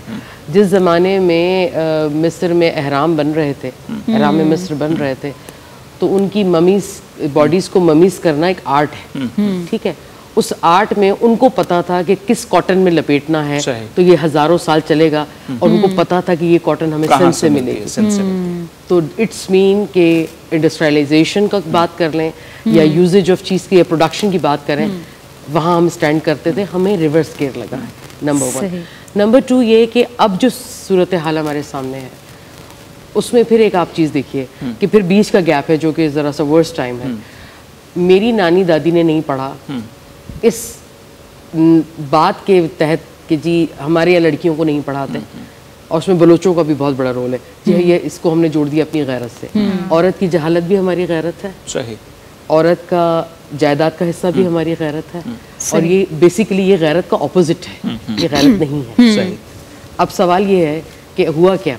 एक छोटी सी एग्जांपल देती हूँ मैं। हमारी ये वाली सो कॉल्ड घर बैठ के बनाई हुई गैरत चल रही थी, और उसमें हाल ये था कि आपके मर्दमशुमारी के फॉर्म्स में औरतों के नाम नहीं थे।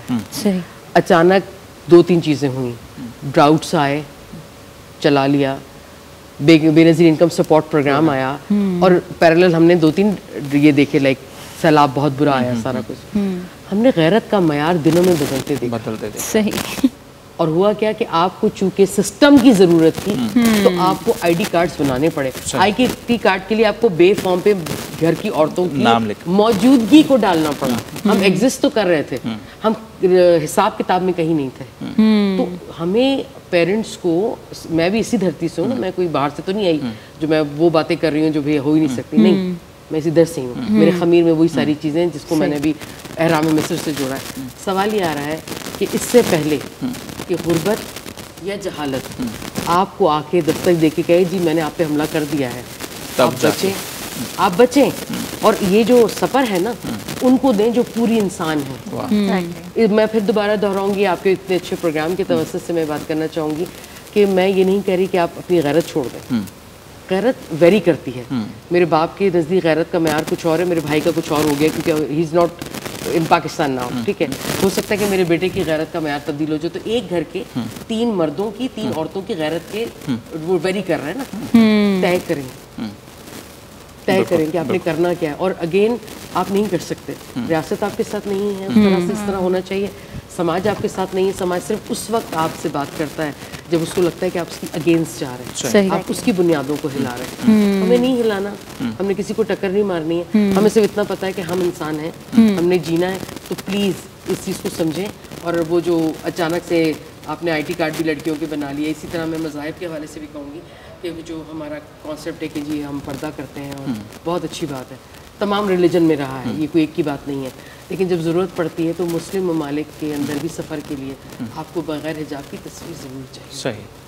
तो फिर मैं यही कहूँगी कि ना अपने आप को झूठे तलाशों में रखें, सही, और निकलें इस चीज़ से। जब तक रियलाइजेशन नहीं होगी हम ये तकलीफ़ उठाएंगे। और अगेन, जब आपका निस्फ आपके साथ नहीं है तो आपकी तरक्की भी आती है।